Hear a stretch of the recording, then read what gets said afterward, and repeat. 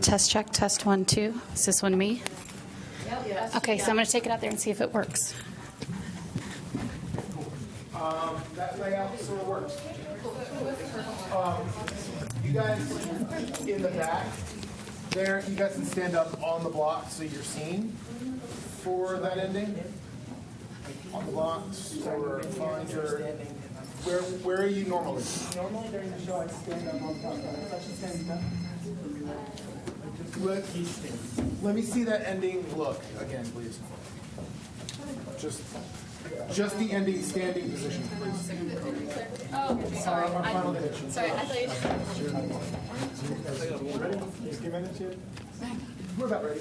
Yeah. That works. Evan, mirror Rachel.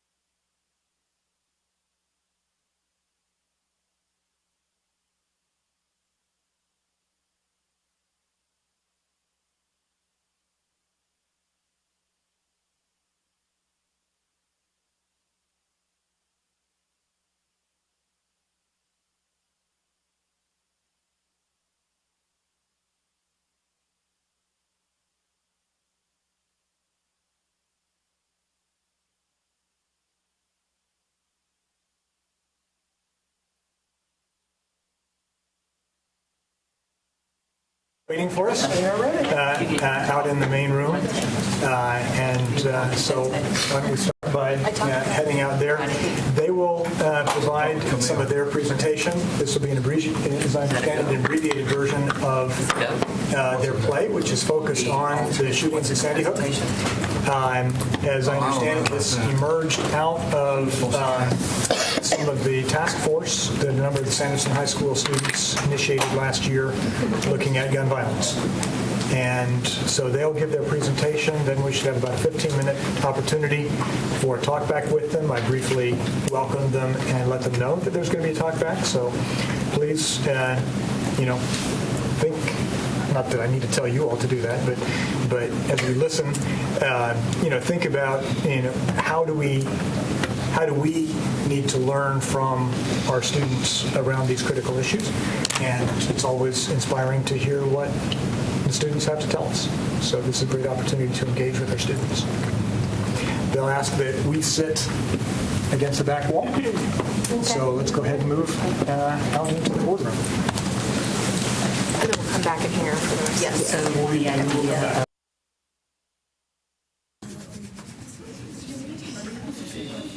I think that they're coming to.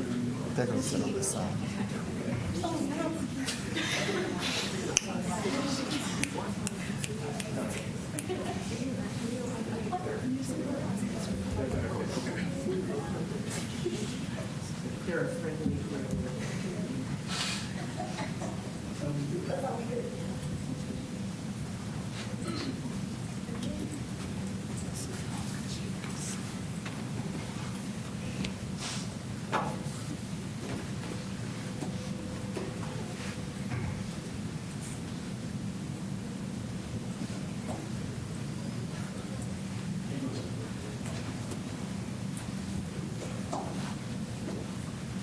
These are prime seats as well. We reserved the best. All prime seating. Exactly.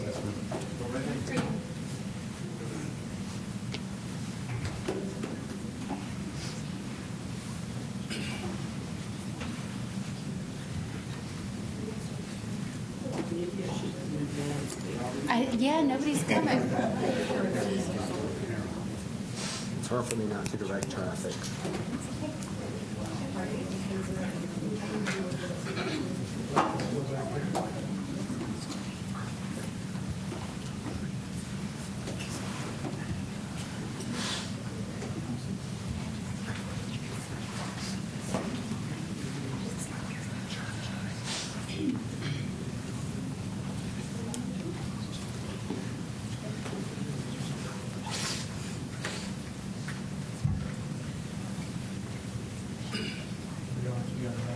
No, you can come up here.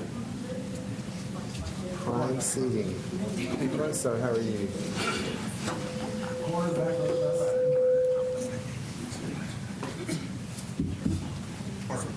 All right. Hello, everybody. My name is Peter Competore. I'm the theater teacher at Sanderson High School. And we just want to thank you guys all so much for having us here today. So I want to tell you a little bit about what you're going to see. What you're going to see is a 30-minute cutting. I believe that's what I was asked to cut, 30 minutes. The 30-minute cutting of our competition play called 26 Pebbles. It's by Eric Uola. And every year, the Sanderson Advanced Theater Ensemble, this is a class, this is my highest level of theater class, which is my advanced actors and my advanced technicians. We prep a show for the North Carolina Theater Conference High School Play Festival. And so there are 8 regional festivals all throughout the state. And we competed at one regional festival, and we were named Distinguished Play of that festival. And then we went to the state festival, which is all the winners, all the distinguished plays from all around the state, and we were named Distinguished Play of that festival. So we will be going to Knoxville, Tennessee to compete in the Southeastern Theater Conference, and will represent the state of North Carolina. So this play, we're going to perform this play one more time as we're fundraising for the event on February 1st. You're going to see the whole, if you want to tell people about that show and stuff, you see the whole thing. And the whole play is about 45 minutes long. And this play was written about 6 months after the tragedy at Sandy Hook happened. The playwright Eric Yola, who's a working actor and playwright in New York, he was so moved by what happened, he just went to Sandy Hook and started conducting interviews.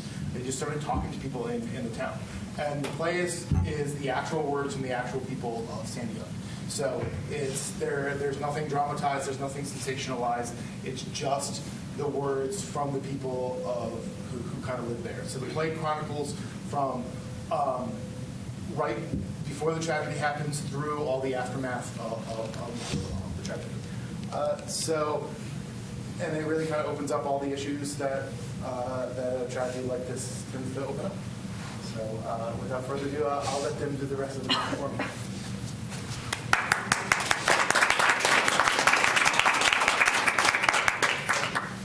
It's crazy to get that we're on the map. 6 months later, and our town is still on this national map. Everyone now knows where Newtown is. You know, on the 13th, you didn't know where Newtown was, or that we had a flagpole, or a creamery, or a parade. Obscure was nice. To know where we are, you have to know who we are.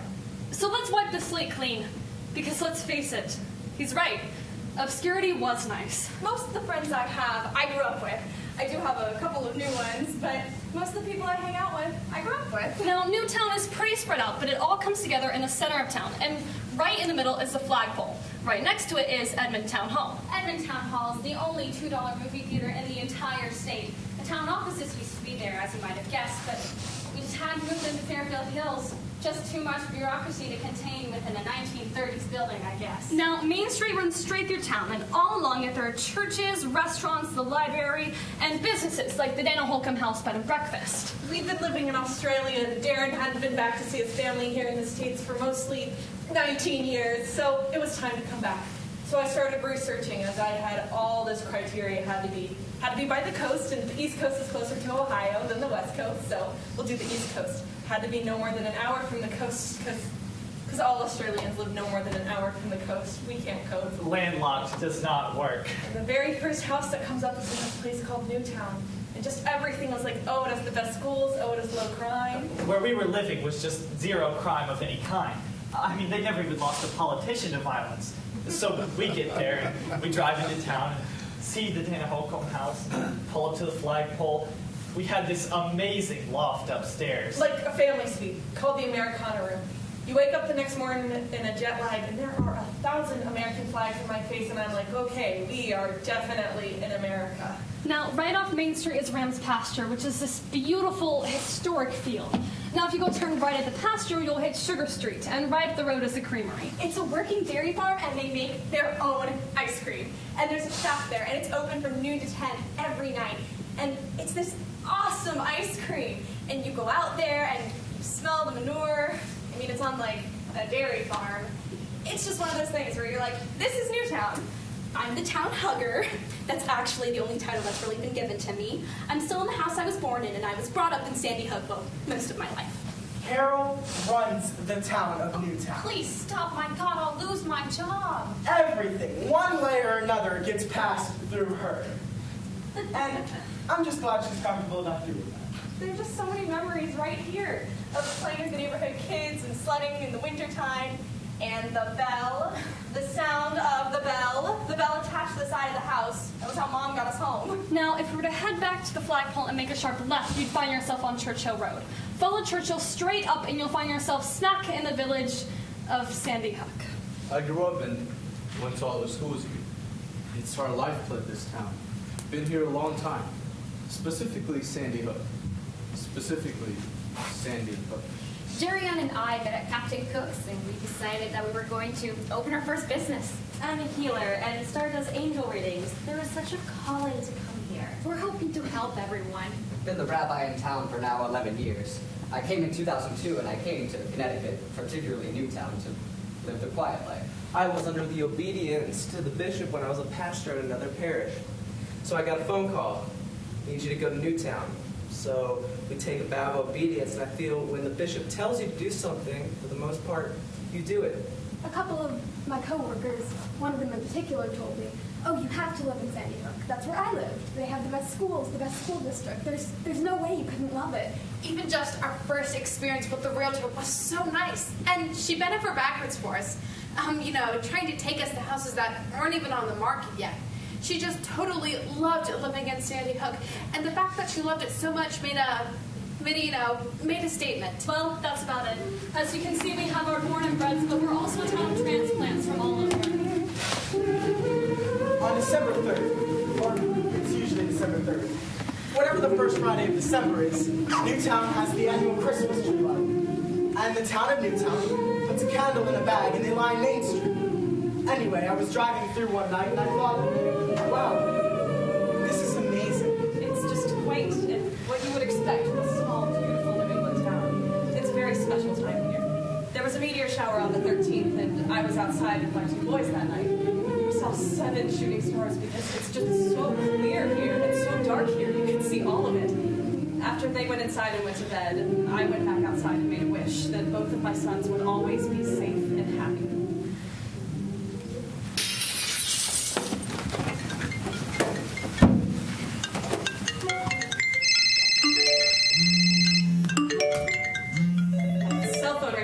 And I picked it up as I recognized it was the school. They have an automatic call thing for when there's cancellations or delays or when something happens, and it's our superintendent. And all she says is, all Newtown public schools are in lockdown due to a shooting.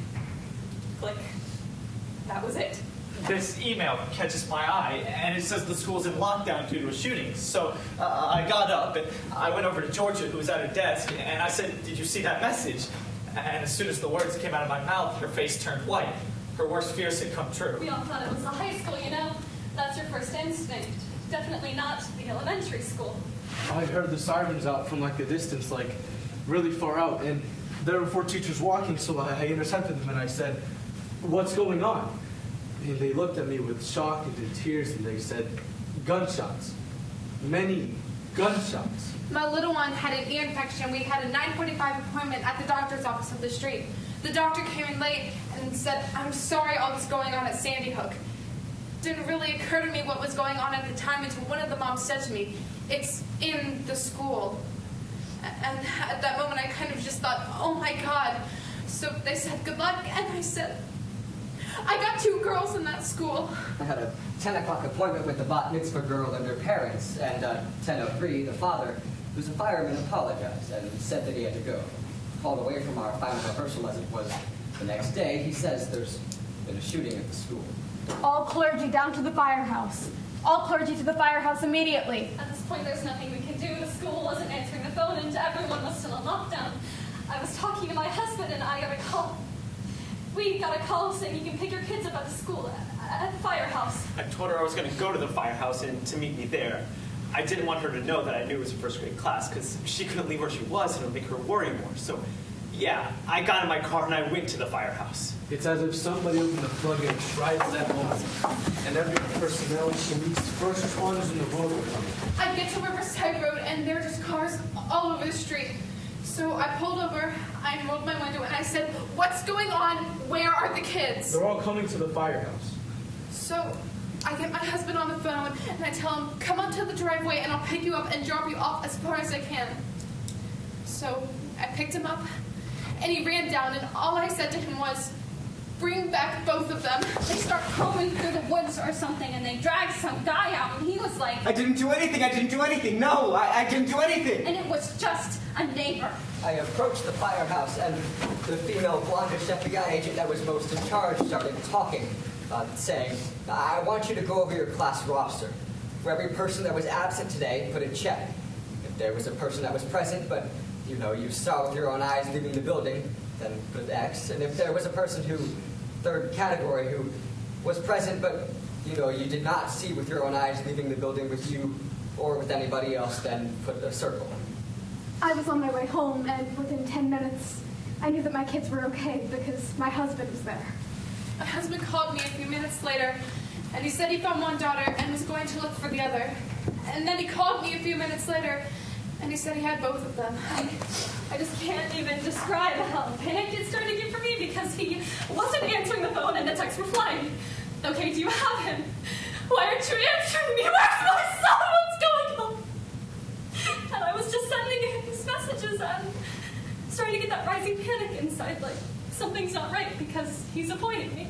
Then they said there was no second shooter, and the shooter inside was dead. And then they said he was found dead in a classroom. Found in a classroom. And at that point, I just broke down. I went outside and I picked up the first stick I could find, and I just beat the hell out of a tree because I knew that was the worst case scenario. Shooter killing himself. I knew he didn't just walk in there and shoot himself in front of the kids, and I couldn't imagine. Why? Because with that, we knew there was more than the 3. And we just watched in horror as the numbers went from a handful to a dozen, 20. And I thought to myself, we've topped Columbine. The female FBI agent that was most in charge started coming our way, and I say, look, I'm going to go talk to this woman. And I say, look, I'm Rabbi Praver. I know what's happened. Now, what can I do? She says, come with me. And then we walk down a corridor to the back room. More and more kids were coming in, and I didn't see his teacher, I didn't see his classmates, I didn't see him. And I went from one end of the firehouse to the other. I saw his teacher, so I started making my way over to where she was. She had 4 or 5 kids, you know, each. They were all holding hands, but none of them were him. And then my heart just dropped. So he finally calls me and says, I have him. and I just went like, okay. And I just went over and gave him a big hug, and I mean, they were all still in a state of shock. This is the back room for the families that got the circle on that roster. It was a small room with couches.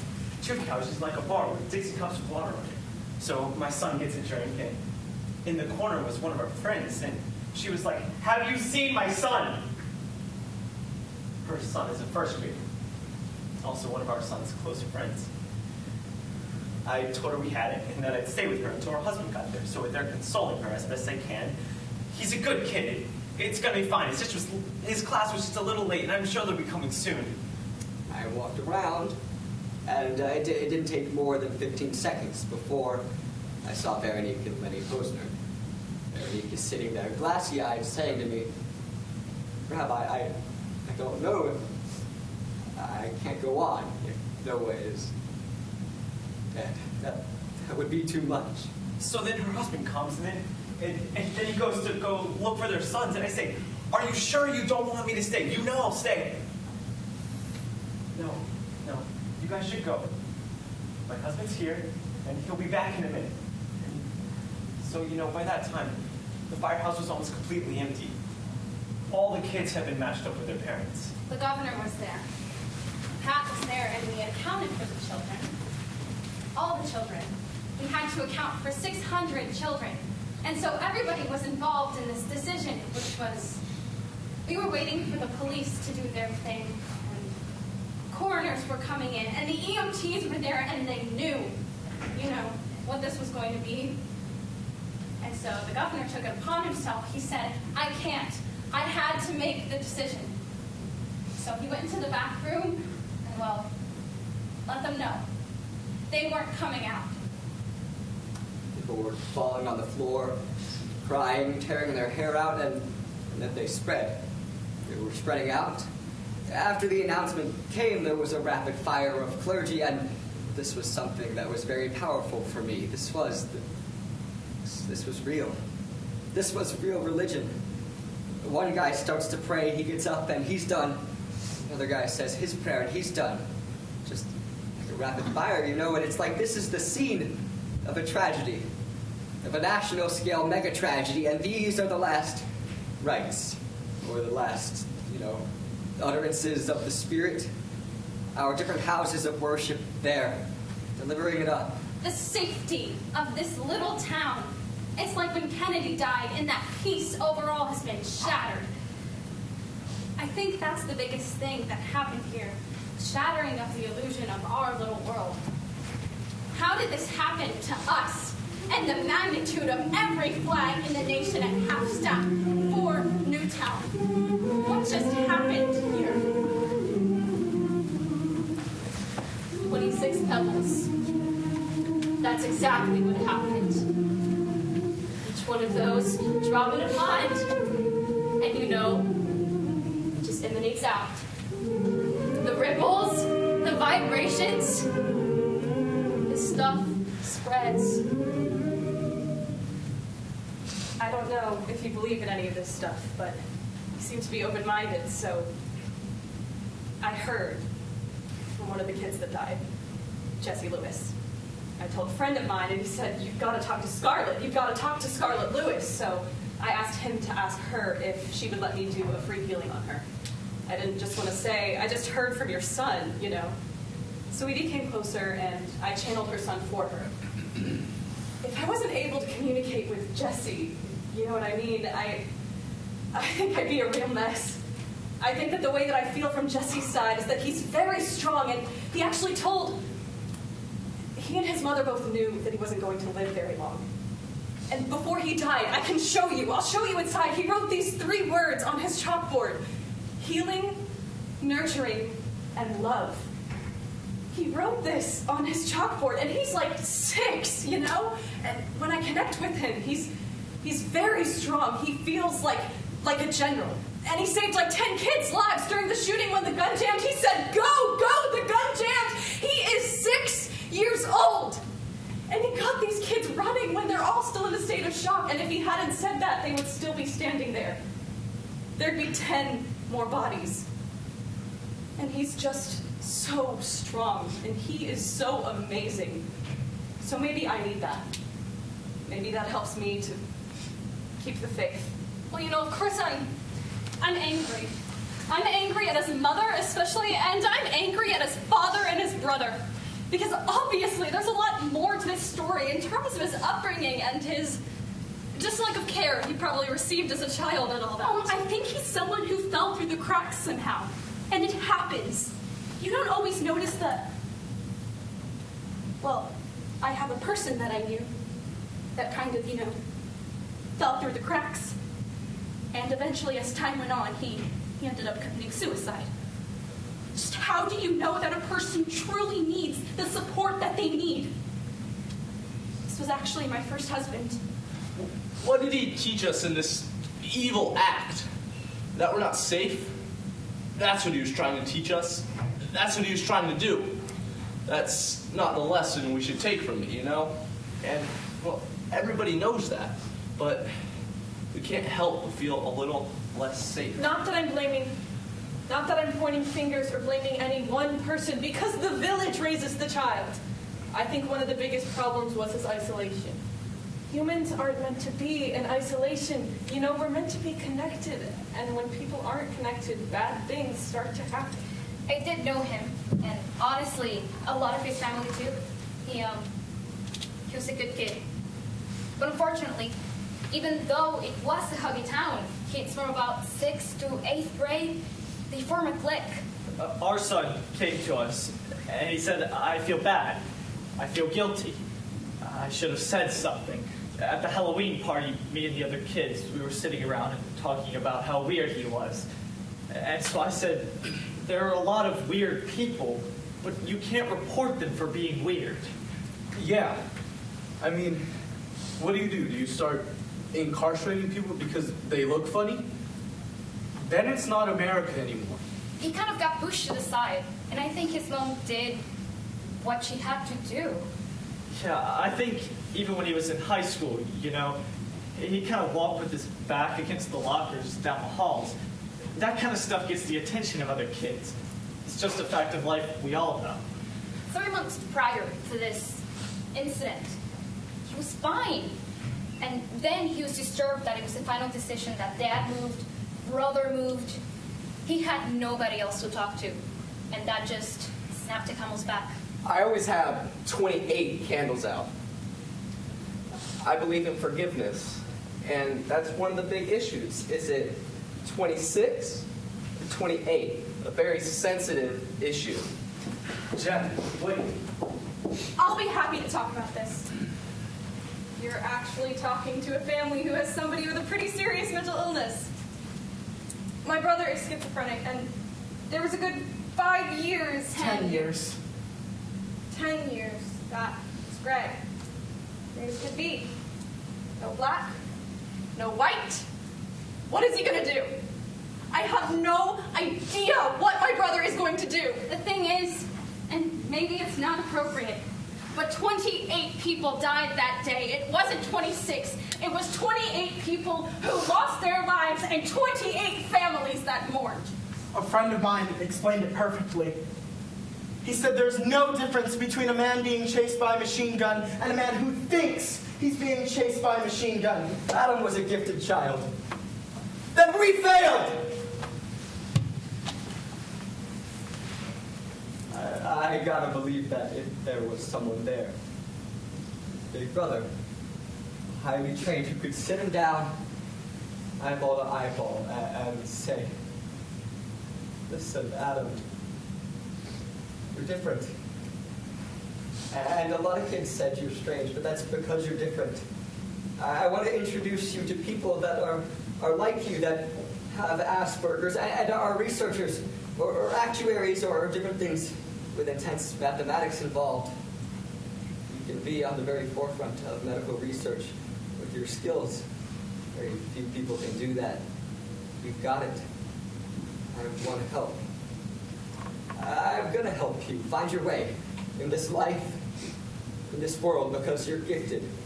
And I know people will bully you, or call you strange. We all get bullied. We're mammals. Flock together. To be together. One of the things that really struck during all of this was when I found out that Adam's body wasn't being claimed. And that was a week's worth of staying up at night. The only thing that any chirp does is that he succeeds in becoming infamous. And he will go down in history books in some cases, if we let him. What do? How do you bury people like that so we forget them? Because that's what we need to do. We need to forget them. Well, I think for many moms, we've become accidental activists, if you can call it that. For me, just the first meeting of a psychologist, I said to her, I just don't know what to do. I'm so angry at this gun stuff, I just don't know what to do. And she told me you can't focus on what's happened. So if you're angry about the gun stuff, focus on that. So that was actually a good idea. So after that meeting, I started sending emails to my legislate. I was never really pro-gun, but I was never really anti-gun. And now it's just like our eyes are open to this stuff and you just can't close them.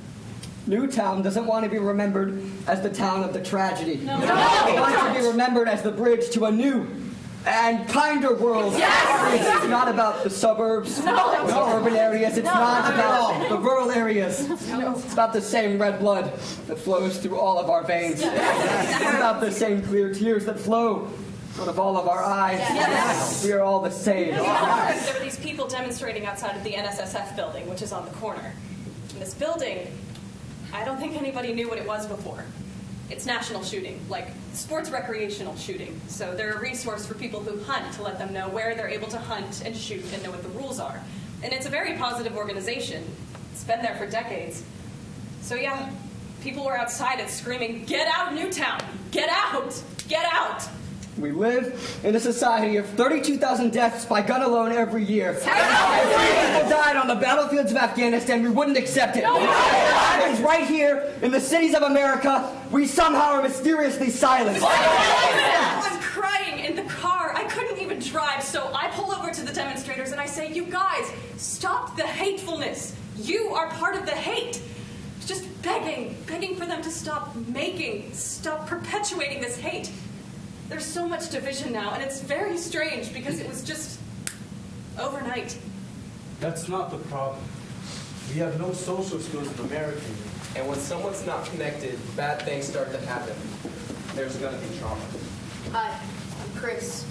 I was in charge of everything that came in, how to handle it, how to bring it in, and then eventually disbursement. Facebook, being the wonderful thing that it is, someone had the idea to send teddy bears to Newtown. I had seen it in the news and I didn't think much of it. By Monday, she brought a couple of bags, my girlfriend, because they were giving teddy bears and toys and stuff across the way. She says, if I could get more, that would be great. So we went to church and there was just a fourth grade classroom full to my waist. It was just a fourth grade classroom with thousands and thousands of teddy bears in that one room alone. And that was just over that first weekend, so that kind of opened my eyes to what the scale was going to be like. It was horrific.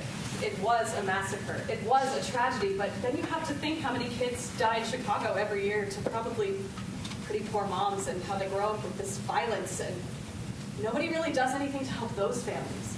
People needed to do it for themselves, and I think that's what a lot of it turned out to be. Newtown is not a poor community, you know. There are some pockets of broke, but no real poverty like in other towns. So we didn't really need 63,700 teddy bears. We got the teddy bears, trust me. Now give them to your children in honor of ours. The hard part was the families that came to the warehouse to pick up their items. I didn't really know any of them at first, but I kept my title going by just going up to them and saying, "Hey, how you doing? I'm Kat if you need anything." And then they'd put their hand out. I'd be like, "No, no, no. I give hugs." We wound up sending stuff all over. We had stuff go down to a mission in India where kids don't have as much. We had stuff go to Kenya. We sent stuff to Haiti. A lot of missionaries. We took care of all the battered women's shelters, the toy closets, and stuff for all of the children's hospitals.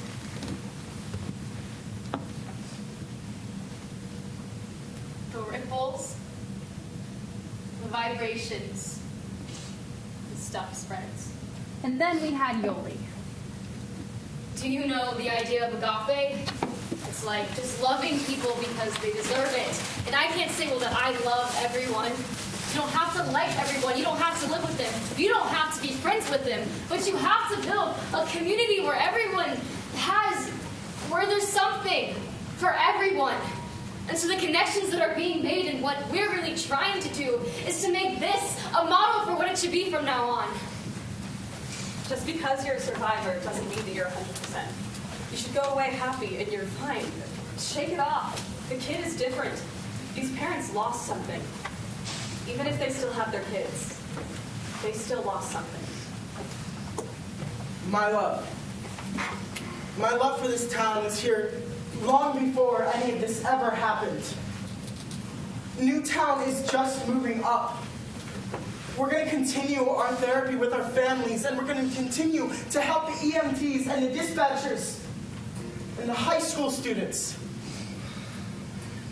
Newtown has to move on. So, let's move on.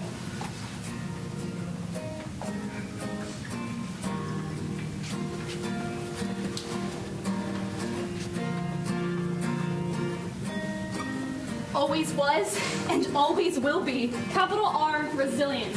Period.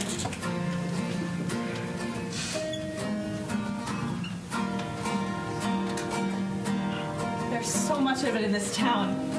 I've never seen anything like it. And I hope that I never do again. But there is so much.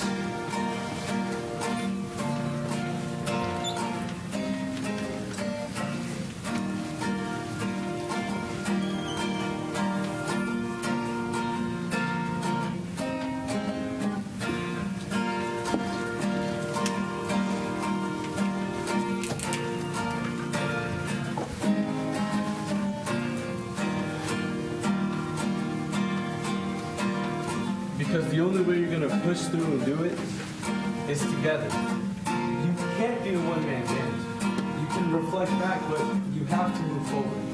You have to do it fast and immediately.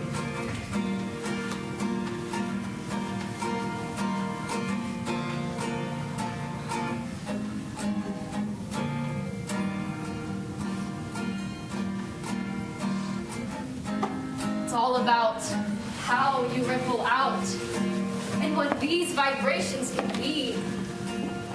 We are love. We are Newtown. That message says it all.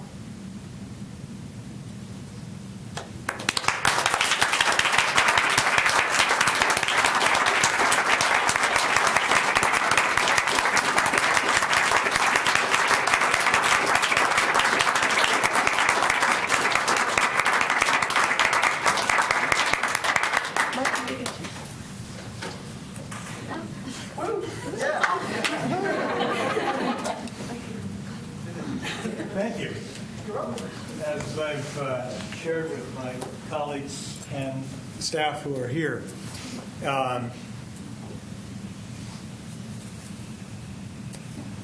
we can have some conversation. I've always said theater is powerful. You showed it to us again.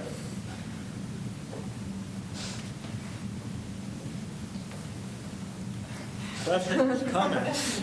How courageous of you all to do this. It's emotional, which I can tell.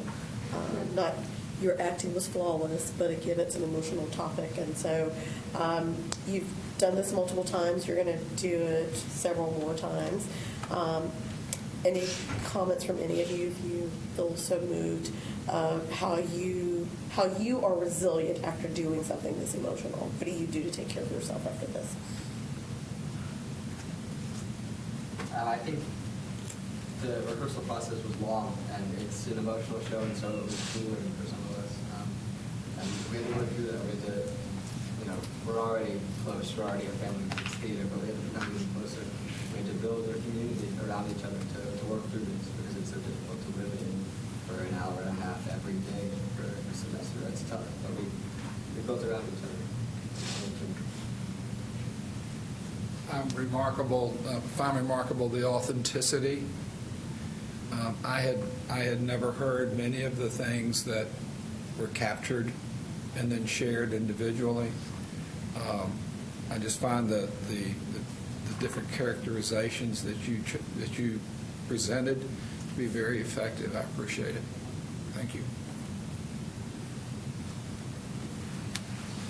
I was thinking as I was watching all of you and just the emotion and what you brought, and then realizing that since you were in kindergarten, lockdown drills have been such a part of your school experience.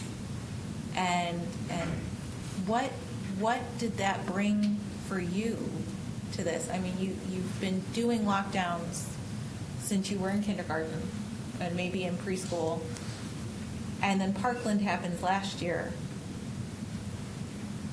What does that bring? Well, in regards to lockdowns, we actually had a lockdown while we were rehearsing, like the first couple days. So we were all in like that, that dark place, and it really brought a whole new perspective. Because when you go through a lockdown, you don't really think about that, right? You're just like, okay, it's another lockdown drill. But this one, they kind of put you in this place where you're like, oh my God, this could happen to anyone, And it just made it a very real thing, and it was suddenly much more apparent than it already was that, throughout, while we're in school, that anything like that can happen to us. And, being in this to form that community, it made me realize that people are also a big staple in this play, that, you got to care for one another. It's not just about, one person or two people or your family. It's about the community being your family, like it said in the play. And you need to be strong with each other, because together you're stronger than you are apart. And when someone's struggling and there's not someone there to help them, that's where they fall. And that is where the real damage happens. And I'm sure all of us remember when Newtown happened, and at least for me, it kind of felt very isolated. It didn't feel like something that was really real. And then doing this show, we see that this community is one that we have, and one that we have in our schools and in other places around the city, and it just makes it a lot more hard-hitting. It makes it a lot more real. And then we went through the code, so when we had, it wasn't just a lockdown drill, we had an actual code red, false alarm, we were in lockdown, there could potentially be someone in the building. And I just know for me as an adult, the fear I had, and then just we were in the middle of doing the show and thinking about they were 6 and 7, and sitting in that room as 6 and 7-year-olds, and what that might be like, especially for me, because I'm glutton for punishment. I have a 6-year-old at home, so I got to put it just had this close connection to me, and I just remember that moment sitting in my classroom, going through the lockdown thing, how terrifying. Just doing this show and portraying a woman who is so different than me and says the things that she does, about not knowing what was happening. In the couple lockdowns that we've had since we started this, I always make sure to text my whole family so they always know. How does the sense of community that you conclude with, how do we permeate schools, our broader community with that? What have you learned about yourselves or your interaction with others who were not in the drama that can inform us about how we broaden the sense of community to be more inclusive?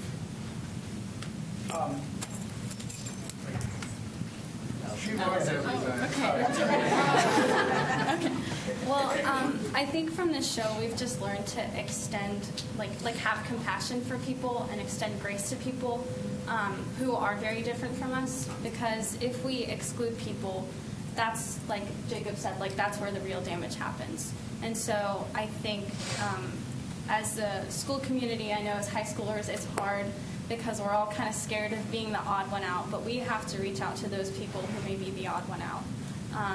And as a society, we need to do that to prevent this from happening again, really. And I think I've learned how to have more compassion for people and to not just judge a book based on its cover. Yeah, I think that was one of the biggest things a lot of people took away was how the kid was really isolated and bullied and stuff by people. So just being more inclusive to, someone you might see sitting alone at a lunch table or something, going and saying something to that person or whatever. I mean, that kind of thing can have a bigger impact than you think. I think it starts with all of us. It starts with you. I don't think high schoolers know the power of their words and what they can do. It's the ripple effect, so it can work opposite ways to where, yes, this was rippling out and affecting everyone, but also extending kindness and extending grace to people. What if that was our new ripple effect, and what if that was something that was spread throughout the school? And because we're so powerful and we don't understand how influential we can be at this age especially. And so with our words and with our actions, how can we be the one person that creates change by being nice to one person that affects someone else? So recognizing that you guys are still kids, right? You have a lot of autonomy in your high school, but your job is to learn and grow, and it's not always your job to be the person that sits at the lunch table, right? That's wonderful, but if you don't do that one day, you shouldn't go home racking your brain. Oh my gosh, I didn't do that. You're 15, 16, 17, 18. So what do you need from the adults in your community, in your administration, from, people who what do you need from us and other people in your community? What do you want to say? I mean, we're here. So something that has to do with that really struck me about doing research for this show was that Adam Lanza it was kind of obvious in retrospect that he was a ticking time bomb because his home life was awful, his school life was awful. He had his older brother and his dad move away from him in middle school or high school, and he was left with only his mother, who was kind of the worst influence in his life, in his entire life. And also the mother of one of the Columbine shooters wrote a book about raising someone who went and shot up a school later, and she was saying that the amount of help that kids with mental illnesses receive from communities, from parents, from therapy, it's not enough. It's the schools don't know how to recognize it. Parents don't know what to do. Therapy is not always the first thing that people jump to. It's not always the solution, and people jump away from therapy sometimes. Some parents are just no, I don't. My kid doesn't need therapy. And then if you have the right combination of things, you get someone like Adam Lanza, who in my opinion, was not a bad person. It was just someone who his society, his school, his family just all failed him. We don't choose the mantle that's thrust upon us, right? We don't get to choose whether or not it's our responsibility to help those who need help. We help them because that's what we do. I think there has to be an impetus for change in all of us. Adult, student, man, woman, child. There has to be an impetus for change for all of us because building a family is hard work. Building a community is hard work, and we can't shy away from that. No amount of difficulty should prevent us from doing what we need to do, and it's build a community.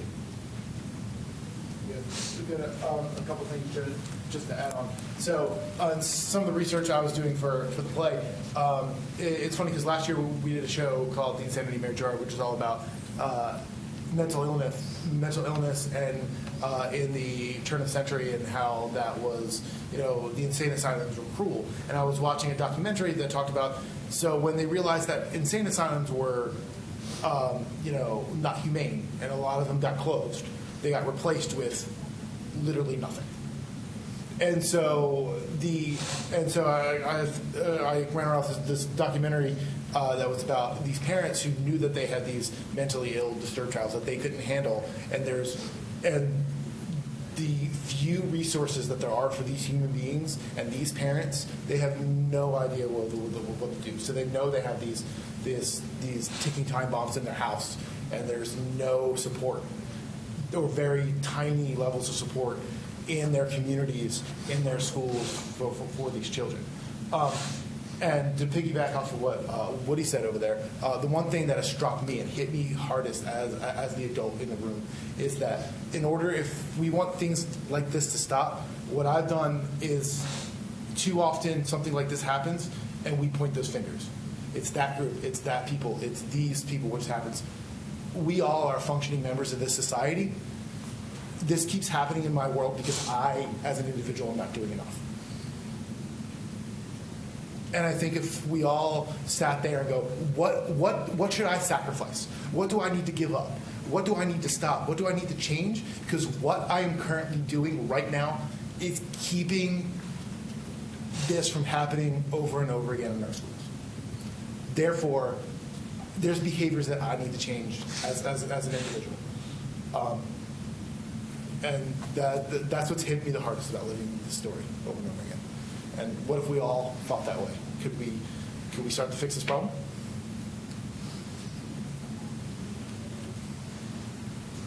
As young adults, I was particularly struck as I watched how your connectivity to the adults, the community, and that sort of thing. And oftentimes in movies you hear about actors losing weight and interviewing, the actual person they're portraying or what have you.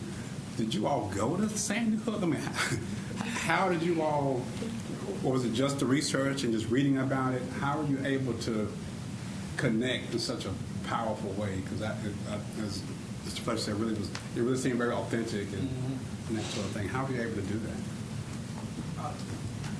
So this might sound a little strange, but a lot of it was, first you kind of have to start lower. You have to get that kind of age range that you're playing. So in the play, I usually have gray hair, so I'm a little older.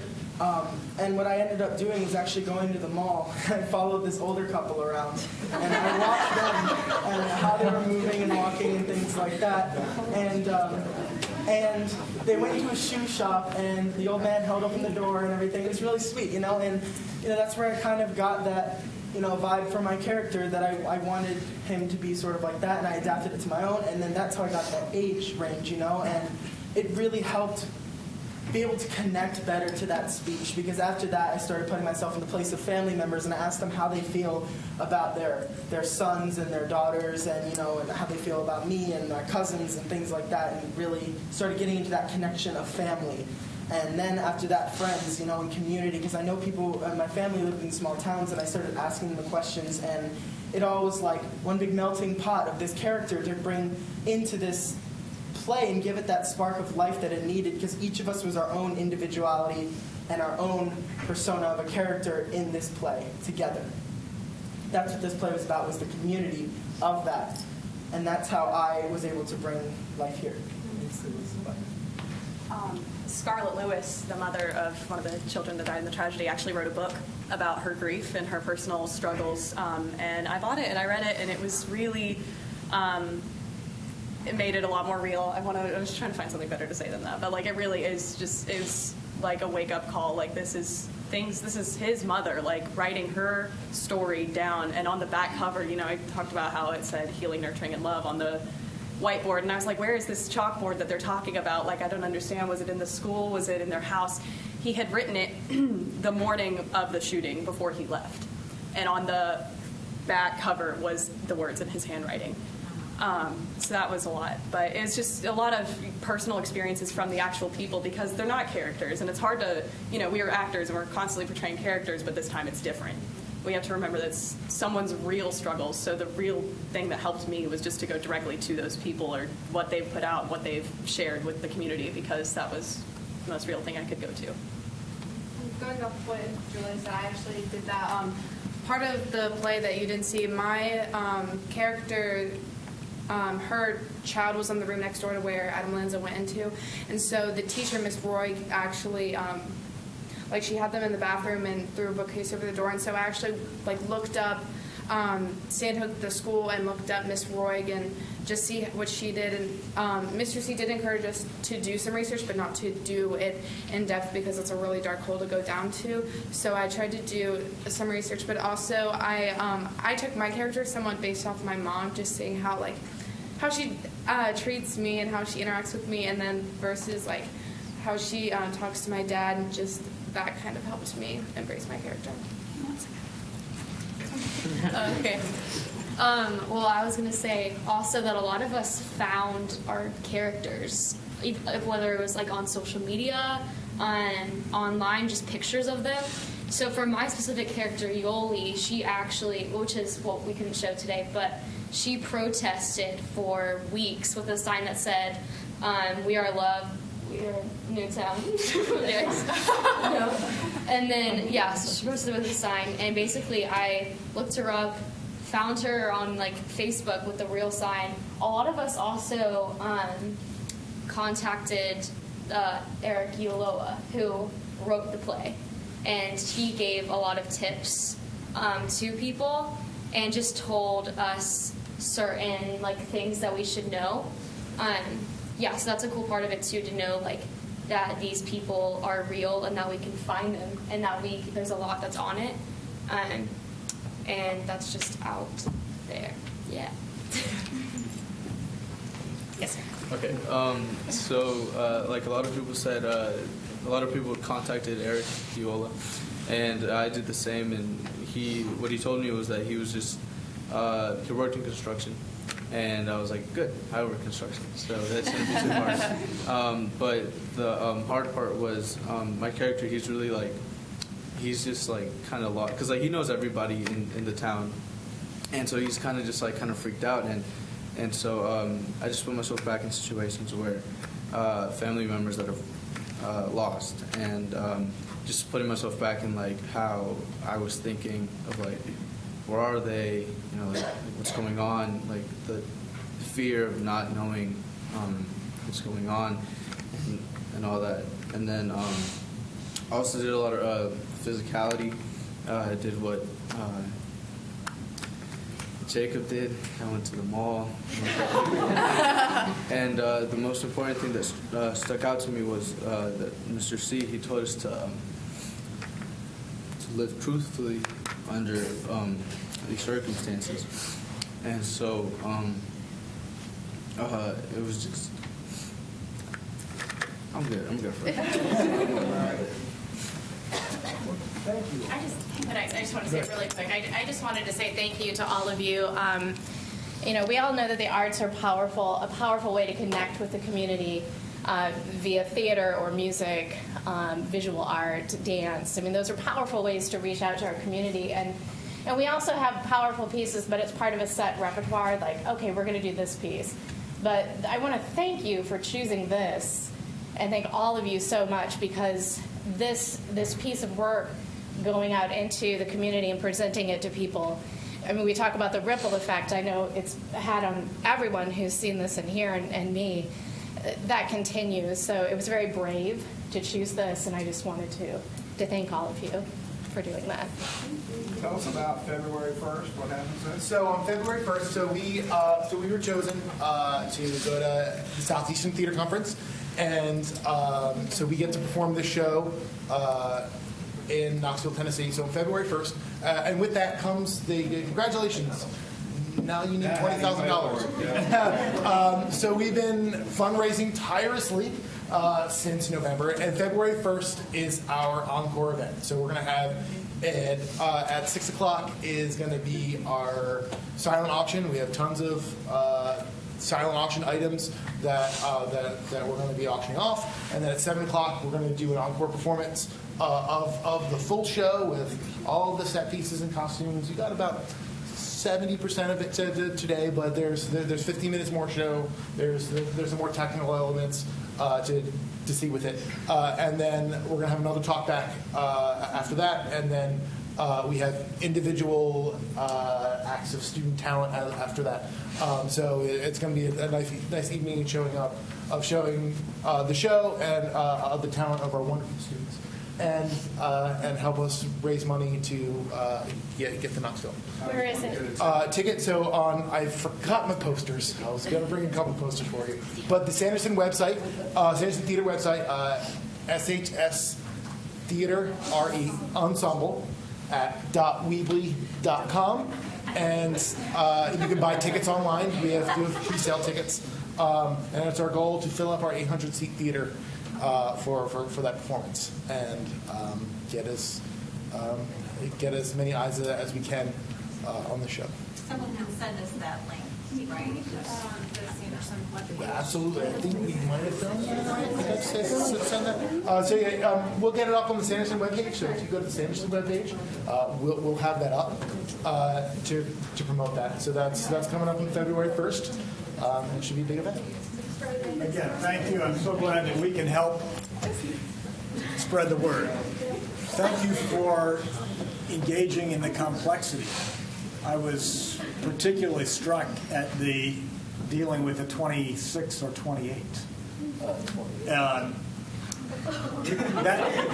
That level of complexity and leaving it unresolved is a challenge and is powerful. And I can tell you as a board member, I struggle with the what if. You haven't given us any answers. But you've helped us engage. And I really appreciate the ownership that you bring, and you ask each of us to bring, to make a difference. Because we can't solve all problems. We can't protect from every eventuality. But we can live our lives to be those ripples and transform. A year ago, my son was doing a film documentary on school shootings, and we visited Sandy Hook. It's a powerful place if you ever get a chance to go there. The school that they have rebuilt is a wonderful place of reflection, honoring the lives and the complexity. You all make that community proud. Thank you. And you make us proud. I wish you the best as you go on with your competition. Thank you very much.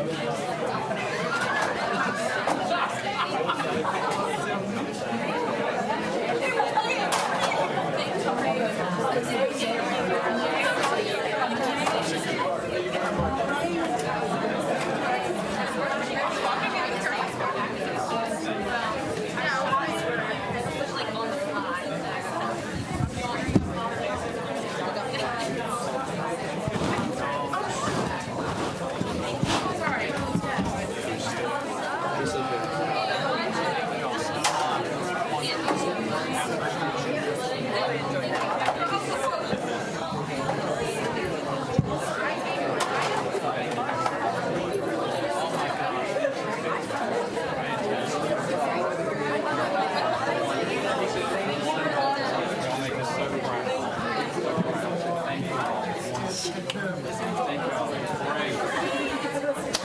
proud.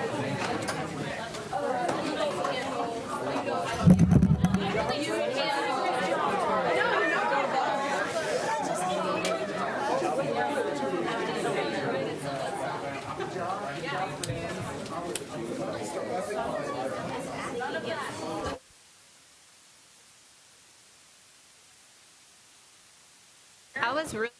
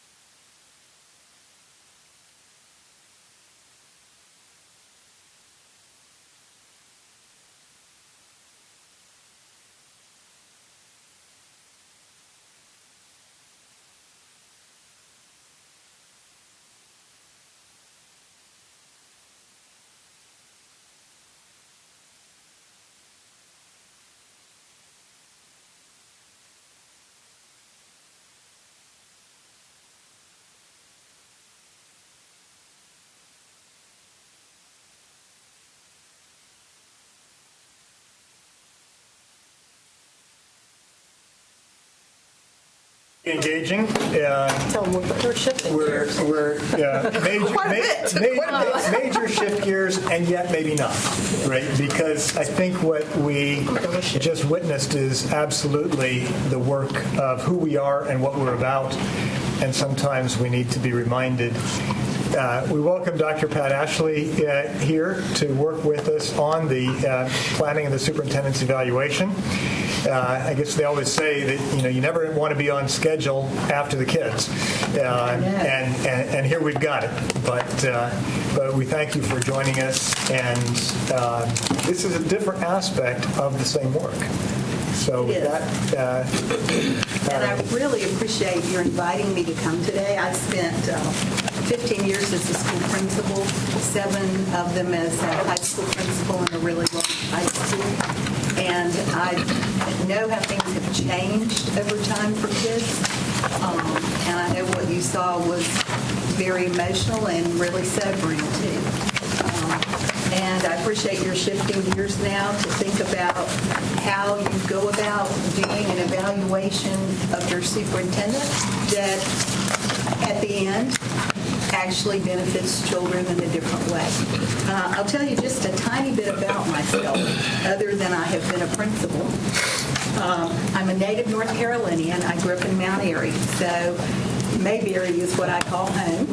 But because of my husband's work, I moved from Durham, where I started teaching, to Raleigh, where I was a counselor, to Charlotte, where I was the school psychologist and director of student services and a principal, to Pennsylvania, where I was high school principal for the college or the community serving Penn State, to Kentucky. I stopped one afternoon on a Friday being principal of a 2,500 student high school, and on Monday I was principal of a rural Kentucky school of 250 kids in an elementary school. So it was a big culture shift. I also found out after I became principal that it was a low-performing school that was about to be taken over by the state. And it was at 42% proficient when I got there. When I left, 96% of the kids were proficient in reading and 95% were proficient in math. Then I got the opportunity, because my husband changed jobs again, to come home to North Carolina. And I worked at the Department of Public Instruction for about 10 years, and my responsibility was working with the low-performing schools across North Carolina and reporting regularly to Judge Manning about Leandro. Then I retired. And now in retirement, I'm doing multiple jobs, and I think I'm working as much as ever. I'm teaching at NC State, training people to be principals.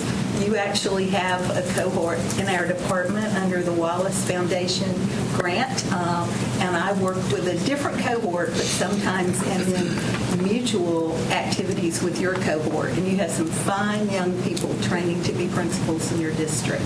I also do this work for the School Boards Association, and I do some work privately consulting. So today, the cap I have on is representing the North Carolina School Boards Association.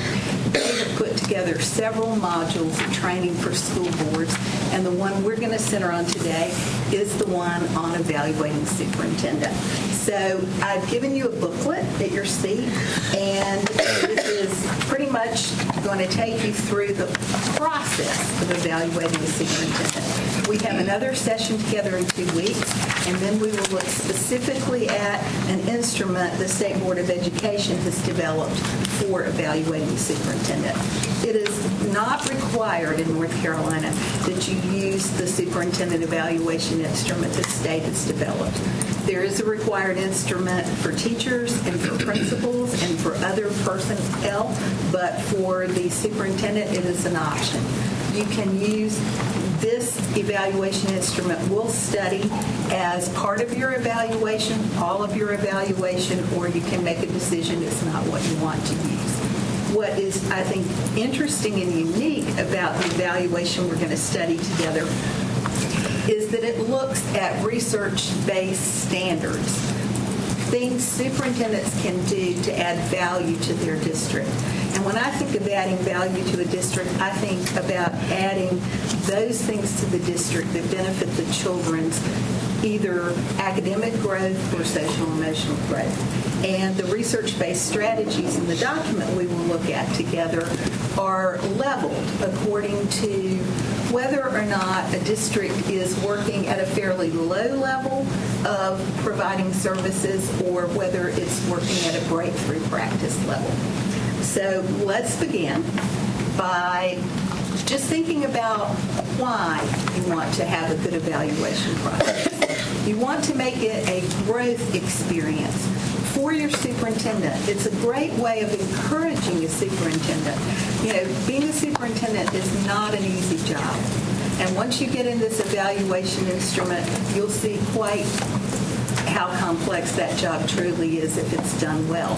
And so the evaluation process can both encourage a superintendent but also give a superintendent clear direction from the board. And it ultimately can be a huge benefit to everyone if the process is not just a one and done.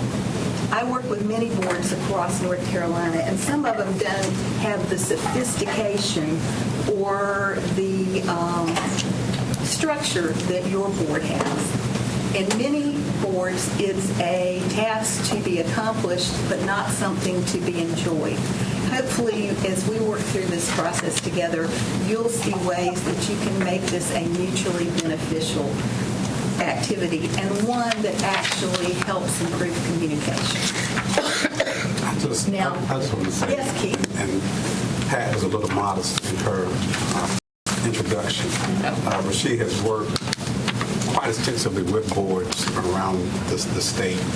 She led the work in turnaround in Halifax and did much of the board work there, was just recognized by the Public School Forum for her work in helping to turn around the Halifax County Schools. Was recognized nationally, I believe, when she was as a principal doing her turnaround work as well. So she brings a wealth of experience both as an administrator and working with boards, and we are quite lucky to have you here with this. I just wanted to just take a second to just add that because she was quite modest. You don't even have to put it. It's obvious why the Senate cut the funding for the DPI supported. Well, luckily, the people that got cut have all found jobs across North Carolina and school districts. So if they're not contributing through DPI, they're contributing through working in school districts across the state. So sometimes they're hidden blessings. Probably better that way. And, you know, I think the thing Keith just told you is I'm really old. That's not what he said. No. I will tell you that I had the opportunity to learn any wisdom I might have simply by surviving and aging. Highly experienced and well seasoned. The objectives we have today are to quickly look at the state statutes and policies that pertain to evaluating the superintendent, to take a glance at your district's documents that govern your evaluation in this district, and then to understand some of the guiding principles to a good evaluation process. The state of North Carolina recommends a 5-step evaluation process for principals that actually includes 2 formal conversations about progress. That you can always have them. You can have more than 2 conversations, but the process the state is monitoring or not monitoring, recommending is really a 2-step process in terms of conversation, but a 5-step process in terms of things to be done. I'd like you to begin, though, by just thinking about your own experience in working with people, in your own work. And I put little Post-it notes right on top of your, they're little yellow Post-it notes, right on top of your booklet. And I'd like to divide you into 2 groups. And this table doesn't allow us to move quite as easily as maybe another setup might. But I think if we work with 5 people at the end of the table and 6 people that way, or 6 people this way and 5 that way, however you want to split yourself. Maybe between Roxy and Christine or that direction. I'd like you to just form a group and first independently take 1 minute to think about the best person you ever worked for and why they were the best person you ever worked for. And on your Post-it note, try to identify 4 or 5 characteristics of what made that person someone you respected in the work environment. Once everybody in your little small group has formulated 4 or 5 points, would you please, in a small group setting, share those across the table with each other? So I'll give you a minute to think, and then I'll call time for you to begin a conversation with each other.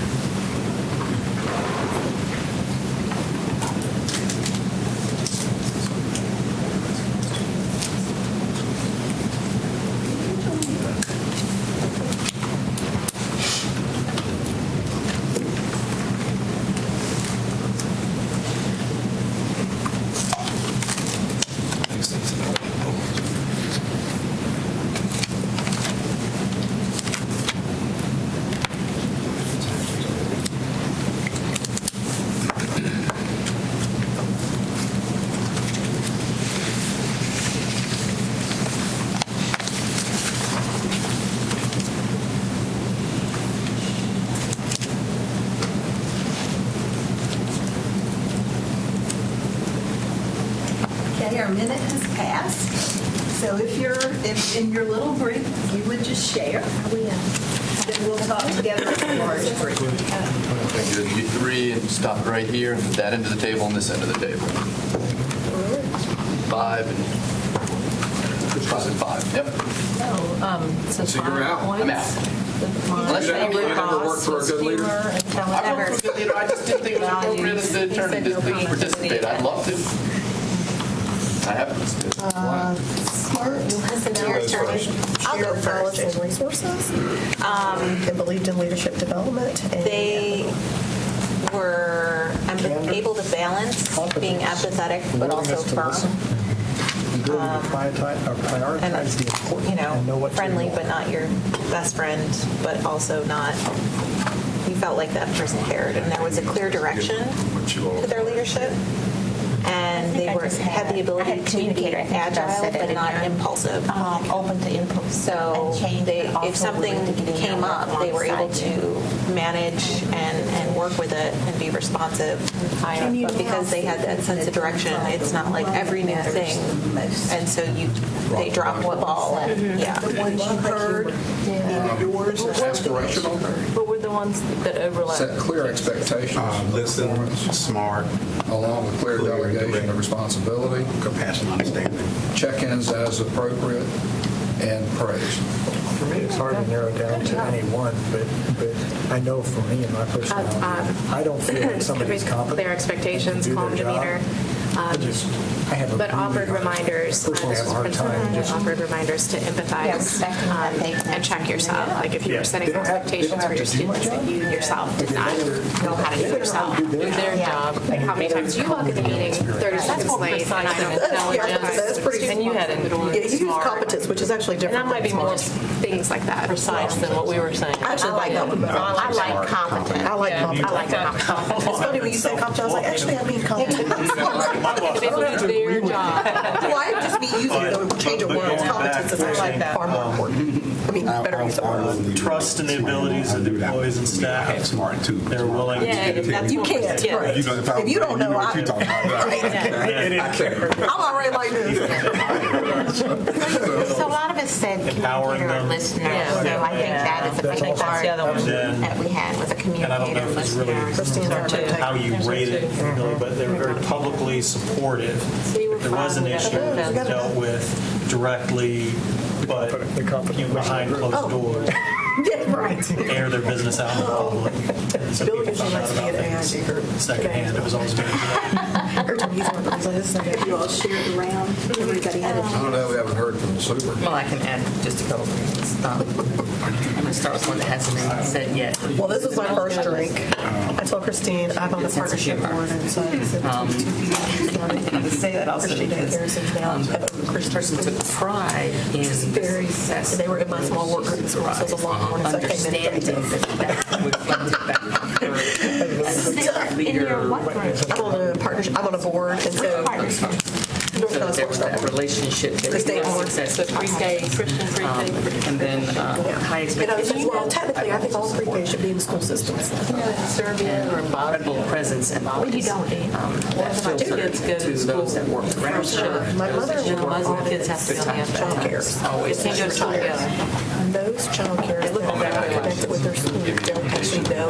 Kathy's point, boys' brilliance under fire. Really? They don't even know what the 26 test is. Like, so that's me and my mother-in-law's conversation often when she's auditing, especially she can't audit North Carolina because she lives here, but she audits a lot of rural communities and wherever are they connected to their schools and they disconnected the kids communities that might be true. Me and Kathy have the same conversation here.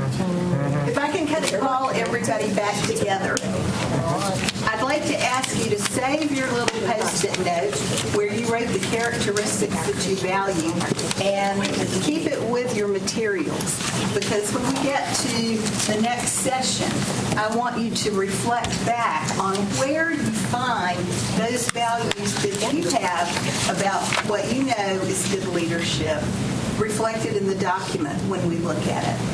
But I also want to illustrate how complicated the evaluation process can be. So I'm going to ask everybody to go around and share with the whole group one thing that really matters to you when working, and you can repeat something that someone else says, but one thing that really matters to you personally when working with someone else.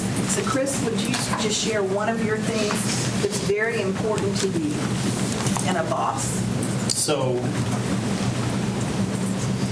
probably being direct. It's okay to hurt my feelings, but it's more important that I understand what it is you want or where you're coming from. So just being clear and direct, I think, is the most important thing. Bill? I would say clear expectations along with clear delegation.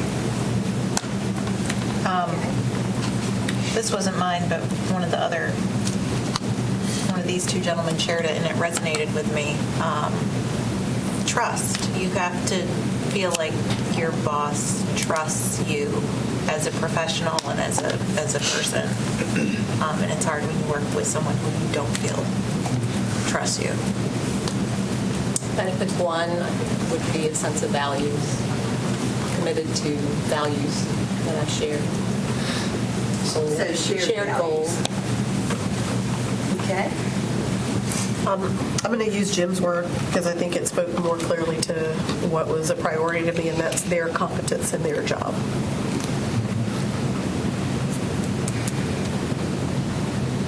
Jim? So that's obviously a huge priority of mine. Related to that, I'll add prioritize the important and know what to ignore. Okay. Can you reflect a little bit more on either of you on what you mean by competence? Sure. I mean, I think Jim said it far more direct, but for me, I'd like for them to know what my job is so they can explain it. But more importantly, when they know their job, it makes it easier for these other things. So it makes it easier for them to communicate. I think a lot of supervisors that I've had, their lack of trust is because it's their inability to know their job. And so I feel like if they don't really fully understand what their role is, both in relation to me as someone who reports to them, but also in their larger role of whatever company, organization, group of people they're overseeing, then it makes it really difficult for the rest of the people to do a good job at their jobs. So do I sense in there a little bit of if someone's not competent, doesn't know their work, then they're kind of trying to cover up for that and not ever? I really thought about that, but we can go with that. Okay, well, I just wondered. And a lot of us have said intelligence or being smart, but we felt competent really honed in on that more precisely. All right. For me, the confidence is, you don't have to be able to teach chemistry, understand my research, do what I do, but I need to know that you know what it's like to actually do the work. That means you've been there, you've lived it. It's sort of the boots on the ground leadership, as opposed to I got the latest set of PowerPoints and I can read too. Okay. Keith. Mine was the same, and I would say confidence that I know what you're talking, that you know what you're talking about. Confidence. Roxy? Well, I think mine's always communication. I want them to be able to, I want them to understand what I'm saying to them about my job, but I also want to understand what they're saying to me that they want me to do. So it's really clear communication. Okay, Heather? I think it's transparency and communication. Talk a little bit about transparency. It kind of, what Chris had mentioned about just being direct, don't worry about hurting my feelings, just please be, have a purpose for what we're doing, clear set goals, laid out, hit an agenda, but purposeful communication. And we understand where that person is coming from. Don't wait till my evaluation before you tell me there's a problem. If there's a problem, come talk to me and we can work on it. Yes. Rather than all of a sudden. Surprise. Right. Yeah. Right. So no surprises might go with your trust experience. That's right. Would that be fair if I had no surprises to your statement of trust? Yeah. Those two work together? Yeah. Okay. Kathy, do you have something you want to add? I appreciate bearing out in word and deed what I call coherence. I've used this term a lot with the system in the past year, which is about establishing a shared understanding and a shared commitment.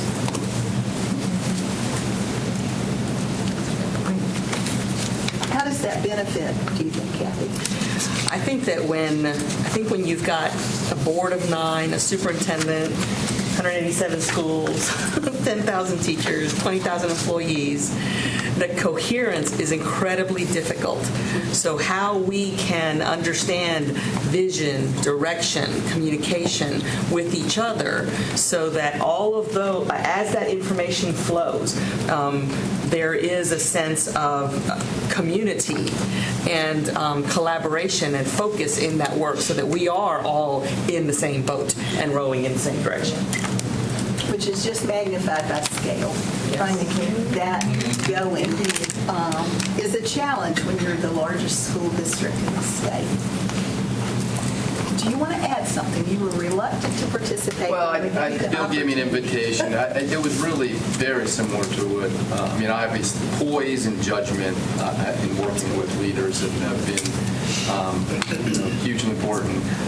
But my experience has been very similar to what Kathy said. A leader that's able to get the most out of the people that they work with around a very sharp, focused agenda.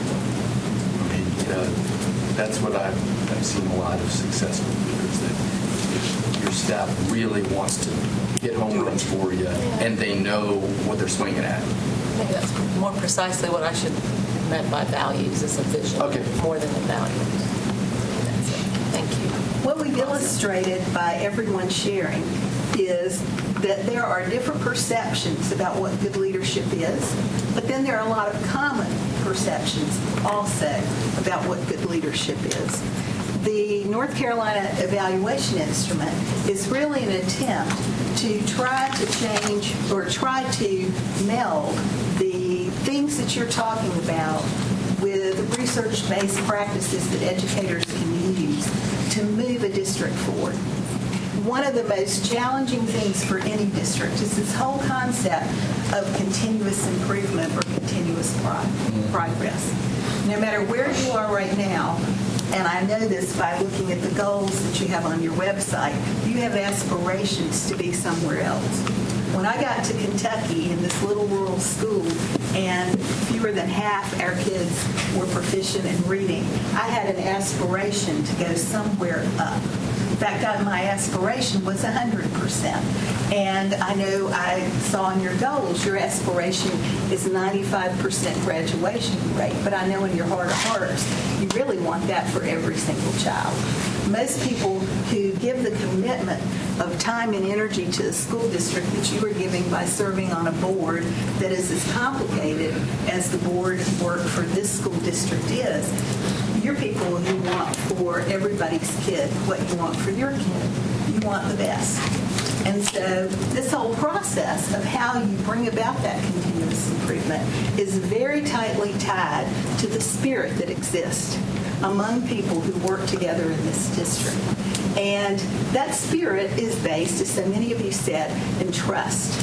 And you're looking for strategies, I think, to add trust to the district and to add trust to your relationship in working with your superintendent. Because in the end, that's when everybody benefits. So let's look at why some boards hate doing superintendent evaluations. Have any of you been participated in the past and sort of thought, this is not my favorite part of the board's job? Be honest. Lindsay's honest. There come fingers. Lindsay, tell us about it. Well, I mean, I don't think when I came on we had this kind of training. So I read the instrument, but I was contacting a lot of my colleagues trying to figure out what different things meant to interpret it. And what the expectation was of me in doing that. And so I appreciate the fact that we're doing this and making sure we're all rowing in the same direction and not leaving it open to interpretation. Has anybody else had any trepidation in the past? I'll admit that I don't like to do evaluations, but I value them and know their importance. It's not my favorite thing to do, but I know it's important work, and so I'm glad to do it. I currently serve on 2 boards in Durham. I serve on the Durham Tech and Community College Board, which I feel pretty comfortable about because it's education. So I'm in my element, even though it's a little bit higher education than what I've worked for in just the regular public school environment. I also serve on the Duke Regional Hospital Board. There I'm out of my element. And I remember when I first got on the board, my term started, and it was like within 2 months, time for us to evaluate the CEO of the hospital. And so somebody sends me this document to fill out, and I've got to rank a person. And I don't have enough information to really make an informed judgment. And the first year I did the wrong thing. I sort of shot in the middle, because I did not know enough to differentiate. And then I sent an apology letter and said, I really feel inadequate to make these decisions. And I think that sometimes when people on boards feel uncomfortable, they haven't been there long enough, they don't know enough about what's going on, and yet they're thrust suddenly into having to make fairly weighty evaluative statements. And so when you're beginning on any board, I think that's the position you find yourself in. I think you can be on a board a long time and then get a little jaded from the other direction because you've seen leaders come and go, and sometimes you've seen people you feel really strongly about, and you're kind of comparing or benchmarking someone against somebody else who might have been iconic. So in that whole evaluation process, we bring to the table our own knowledge and experience. And many times that makes this evaluation process a little complicated. And even principals can feel that. Yes, Keith, you want to say something? Yeah, I was having, I guess, an honest moment. I was kind of laughing to myself about in terms of trepidation because you touched on something, and I think that's you always feel like you don't have enough information to make that decision. And I think in our last 2, we probably got more information than we needed. I can remember getting this, this notebook of artifacts. Like a portfolio, It was literally. That's about what it was. It really was. And my trepidation was, I'm not about to look at all this stuff and go back over the whole year and trying to rank. And then the next one was a little bit smaller, but it was still a whole lot of stuff. And so I guess that's my trepidation, but it's important. You know, how do you take on this weighty decision and make evaluative statements and have enough information, not too much, but still enough. And so I guess there's sort of a balance in there, and I guess if there's any trepidation, that's it. Not having enough is equally as bad as having so much you feel buried and can't sort through it. Yeah, but I'm not sure we gave direction. So. Christine. You don't give a And I've been involved in evaluations that were anonymous from the board person's level and then not anonymous. So, you know, the trepidation with both, right? That you can say things in not as diplomatic a way if you're anonymous versus being direct and transparent is better. And so I think it's better to be able to be named and how you give feedback to the superintendent. Did you have a comment you wanted to make? No, I think it's important for us to give direction to what we want from the superintendent and what we want from them so we can do a sound evaluation, because I'm not sure. I might send a whole artifact of stuff too if I didn't know what you guys wanted to look at. Well, one of the things that you'll find about this process, and we're going to get to it, I promise you, in just a couple of minutes, is that because it has more than one conversation, it gives you some opportunity to clarify those things, what you want and what you need, so that you're efficient with your time in the process, but you're informed. And that's the balance, efficiency and informed. Because you have to be sufficiently informed to do it right, but you can get too buried and it's not an efficient process. There are several general statutes that govern the evaluation of superintendents in North Carolina. And I've just referenced them there. We have a fairly limited time today, and I'm not going to read these in great detail, but they're there for your reference. There are also state board policies that govern evaluation. The bottom line is evaluating your superintendent is not a choice. That's an expectation of boards of education. And so the choice is the quality with which the evaluation is done. Okay? No choice about doing it, although I have been in situations where it hasn't been done.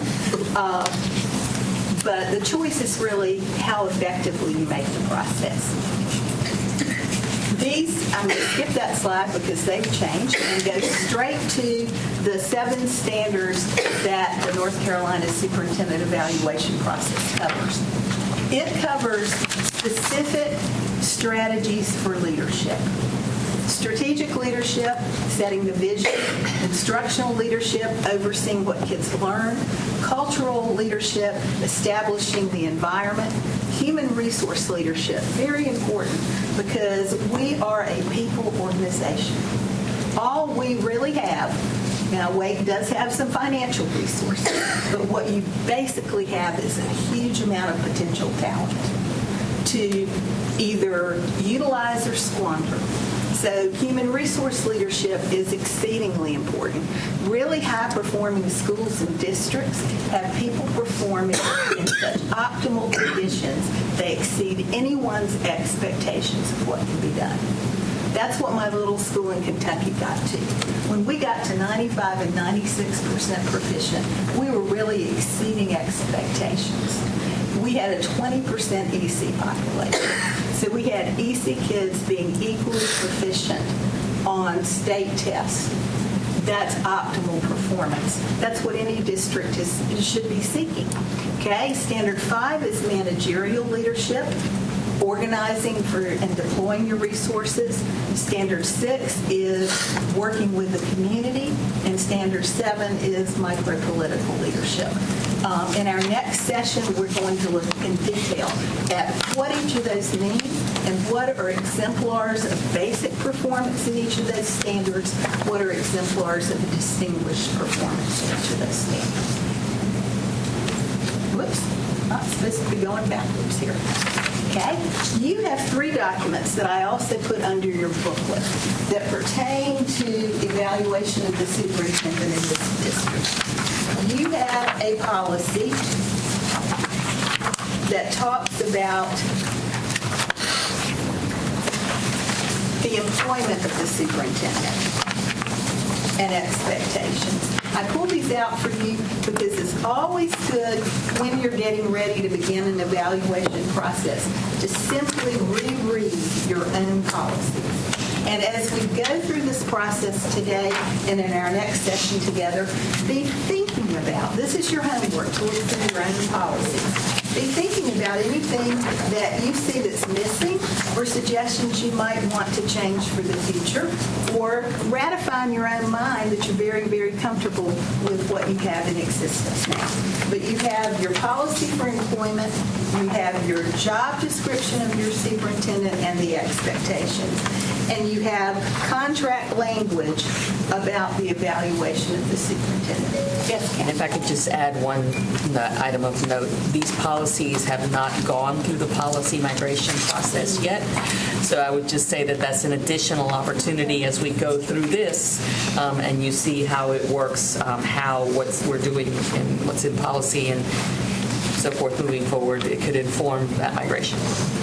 And just as a reminder that the contract with your superintendent says that you would use this new system, the state system, and heretofore the board has not, and wasn't required to. So this is a new opportunity for the whole board to sort of learn about this instrument and to implement it. And that you're free in the contract to supplement it with additional measures. And of course, in working with Kathy, as you get into this, if there's things that the board feels that they'd like to tweak about it to make it the way that you think is going to be most effective here, then that's fine as well. So I just want you all to know that as you're going through it, that this is not got to be this way. I think it makes more sense to tweak it and do it slightly different here for ways to make it more effective. Keep that in mind. Any other comments? Those are both very useful remarks.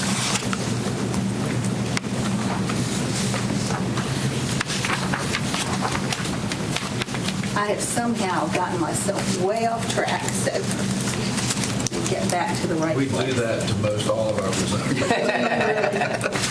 It's easy to do with me. I am a clicker, and I get myself in trouble all the time from doing way, way too much clicking. Okay, where am I? I'm going backwards instead of forwards. There we are. Sorry about that. And please forgive me if I sit down. I had Achilles surgery a couple of months ago and spent a long time, 12 weeks in a cast, and I'm still having a little swelling. So if you see me just light in a chair, just know that I'm kind of alternating between standing and sitting. So let's go over why evaluate. Clarifies for the superintendent and individual board members the expectations for the superintendent. Gives you that opportunity to begin to have those honest conversations. Provides the basis for assessing the strengths and areas of improvement. No one's perfect, but most people have made significant contributions. So this is the opportunity to look at where significant contributions are occurring and find opportunities for improvements and next steps. Provides a basis for commending and rewarding and reinforcing good work. Some superintendents' contracts have things tied to the evaluation process. I believe yours does not. But it's still an opportunity to reward and praise. Sets the example for evaluating other staff. That may be one of the very most important parts of your performing your role as evaluators, because you, and I'm sure your superintendent, are holding many other people in this district accountable for doing adequate jobs of evaluation for other personnel. So it's very important that the board lead by example in this case. Enables the board to hold the superintendent accountable for carrying out policies and responding to priorities. As we get into this process, you'll see that you identify those things that are most important to you to see accomplished as a board. And that communication then fosters trust between you and the superintendent. There's some things to remember about this whole evaluation process. You are a board, not an individual. And so when the evaluation is conducted, it is done by the board as a unit. This particular evaluation procedure has a way to recognize your individual perceptions and differences, but come to an agreement about what is the standard for rating or ranking the superintendent. The board must focus on performance and not personality, number 4. And judgments need to be supported with specific examples. The board expectations at the end of this process are communicated in writing, and it should be limited to just those kinds of things the superintendent has authority over. The whole board has to work together in this process rather than making this personality specific. There are mechanisms within the process for displaying everyone's rating. The board can also make a decision to only display the final rating. That'll be your choice in the process. Okay, now, after all this so the real purpose of the superintendent's evaluation is to move the district forward, not get stuck on personality issues, and try to find ways in the process to help the district attain its goals. This is the recommended North Carolina superintendent evaluation process. It begins with action by the superintendent. The superintendent does initiate the process. And in that initiation of the process, one of the first things the superintendent does is take the evaluation document and do a self-assessment. That would be her rating of how she perceives her performance is in relation to all those standards. She then comes to you all as a board and establishes a meeting time for very frank discussion about the evaluation process itself. Once you all have conducted that meeting, or at the end of that meeting, she would share her self-assessment. And then you move into step number 3, which is the consolidated performance assessment, where you all would independently see if you're in agreement or disagreement from the superintendent's self-assessment and do your individual ratings. The fourth session, or the fourth step, is consolidating the board determination. And the fifth step is the goal-setting meeting. But there are many elements to this, so I want to take you through this process that I've done briefly, step by step. It's not just you. Okay. It's not cooperating. Not going. If we can, there we do. Okay, as I said, the superintendent in step 1 initiates the process and conducts the self-assessment.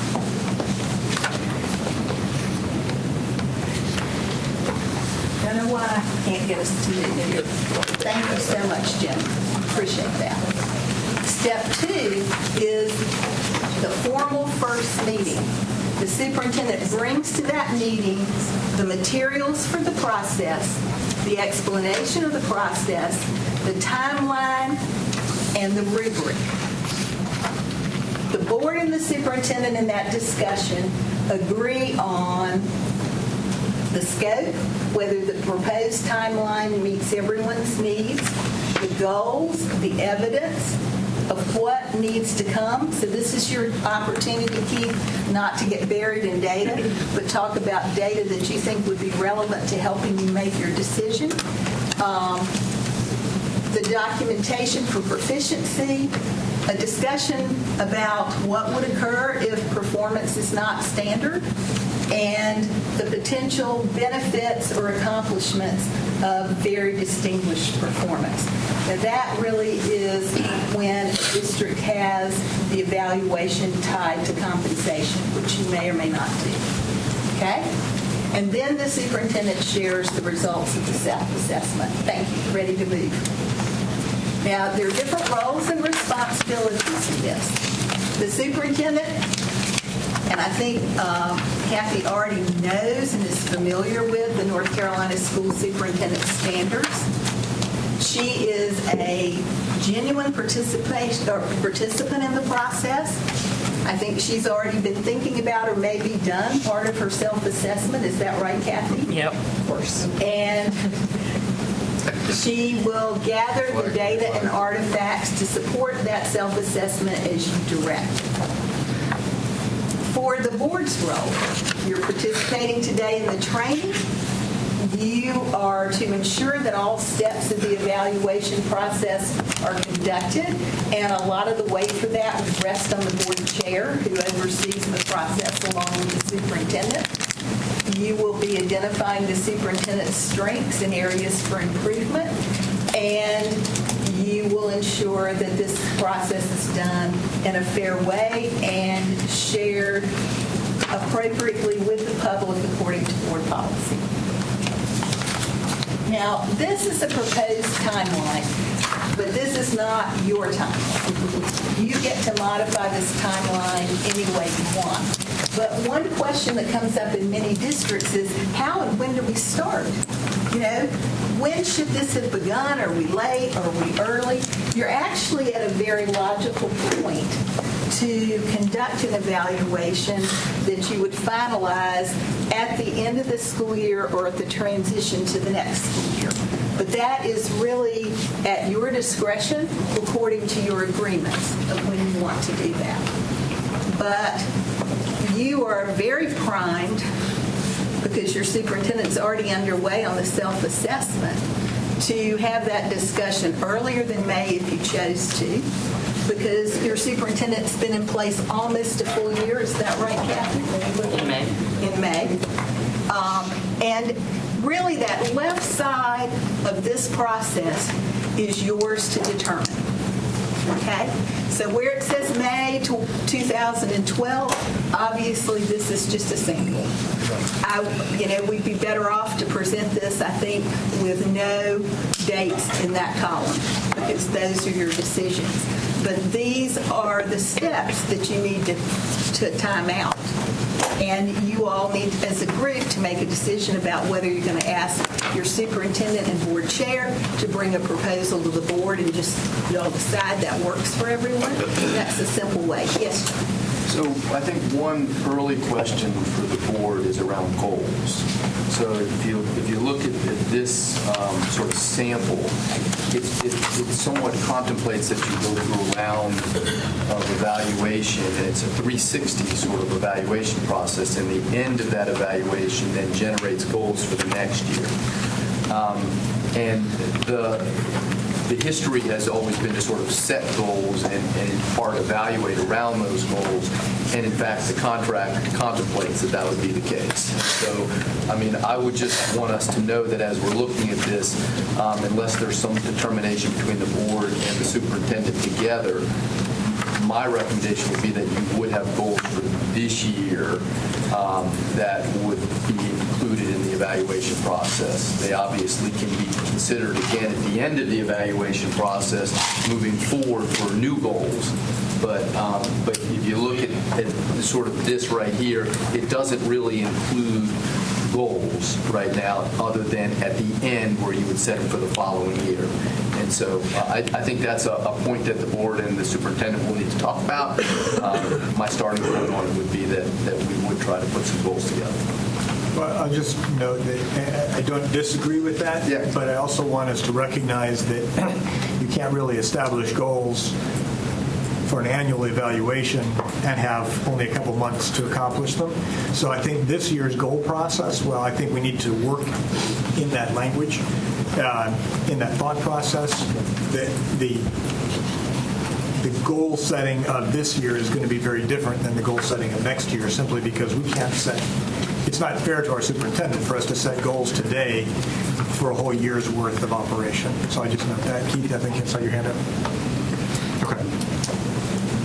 I can make one comment of one strategy I've seen some districts do when they're just getting started with this, which is to use, for the first year's measures, the district's strategic goals. Right. And work from there, and then clarify from that point on, maybe an emphasis on specific strategic goals for the coming year that maybe did not move in the past year as much as people were hopeful they would. One thing I will comment, I always read everyone's strategic plan before I come and meet with the board, because I like to see what the district's all about. And you certainly have a very well thought through plan, especially as you look at a framework with balanced assessment, and especially as you look at the kinds of competencies you want your students to develop, both academically and in terms of working with other people. I've never seen one any better, to be honest about it, in the state of North Carolina. So that's just my little editorial comment, but you all did some really fine work. So, is everybody comfortable with this process? Thank you. Will you advance me one more time? Okay. So the consolidated performance assessment is when all this information gets synthesized. And that is your point at which judgments have to be made. Probably the most effective way to do it is first do this independently, and then share with each other why you felt that way, and see after that mutual conversation if you still feel that way before you take your own formal personal comments.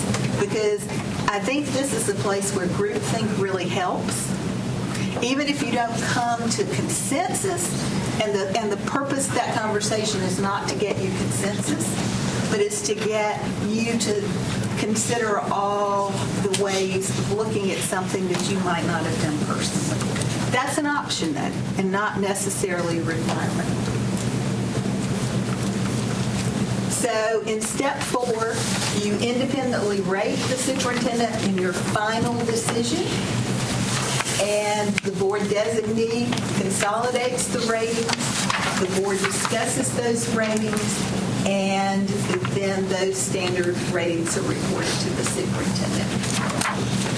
The final step of the process is the formal evaluation meeting. And that is the place where we're not only focused on the ratings, we're focused on the goals for the coming year. Because that's the step where the continuous improvement process truly kicks in. It's in that looking forward. Yes, Bill? Backing up to the ratings, if there's a 1 to 6 rating, there are never any 1s or 2s. If it's a 1 to 10 rating, all the scores are 8 to 10. So how can we establish a rating range? Because we're not going to have a rookie superintendent. So how do we establish a qualitative rating range that we're comfortable using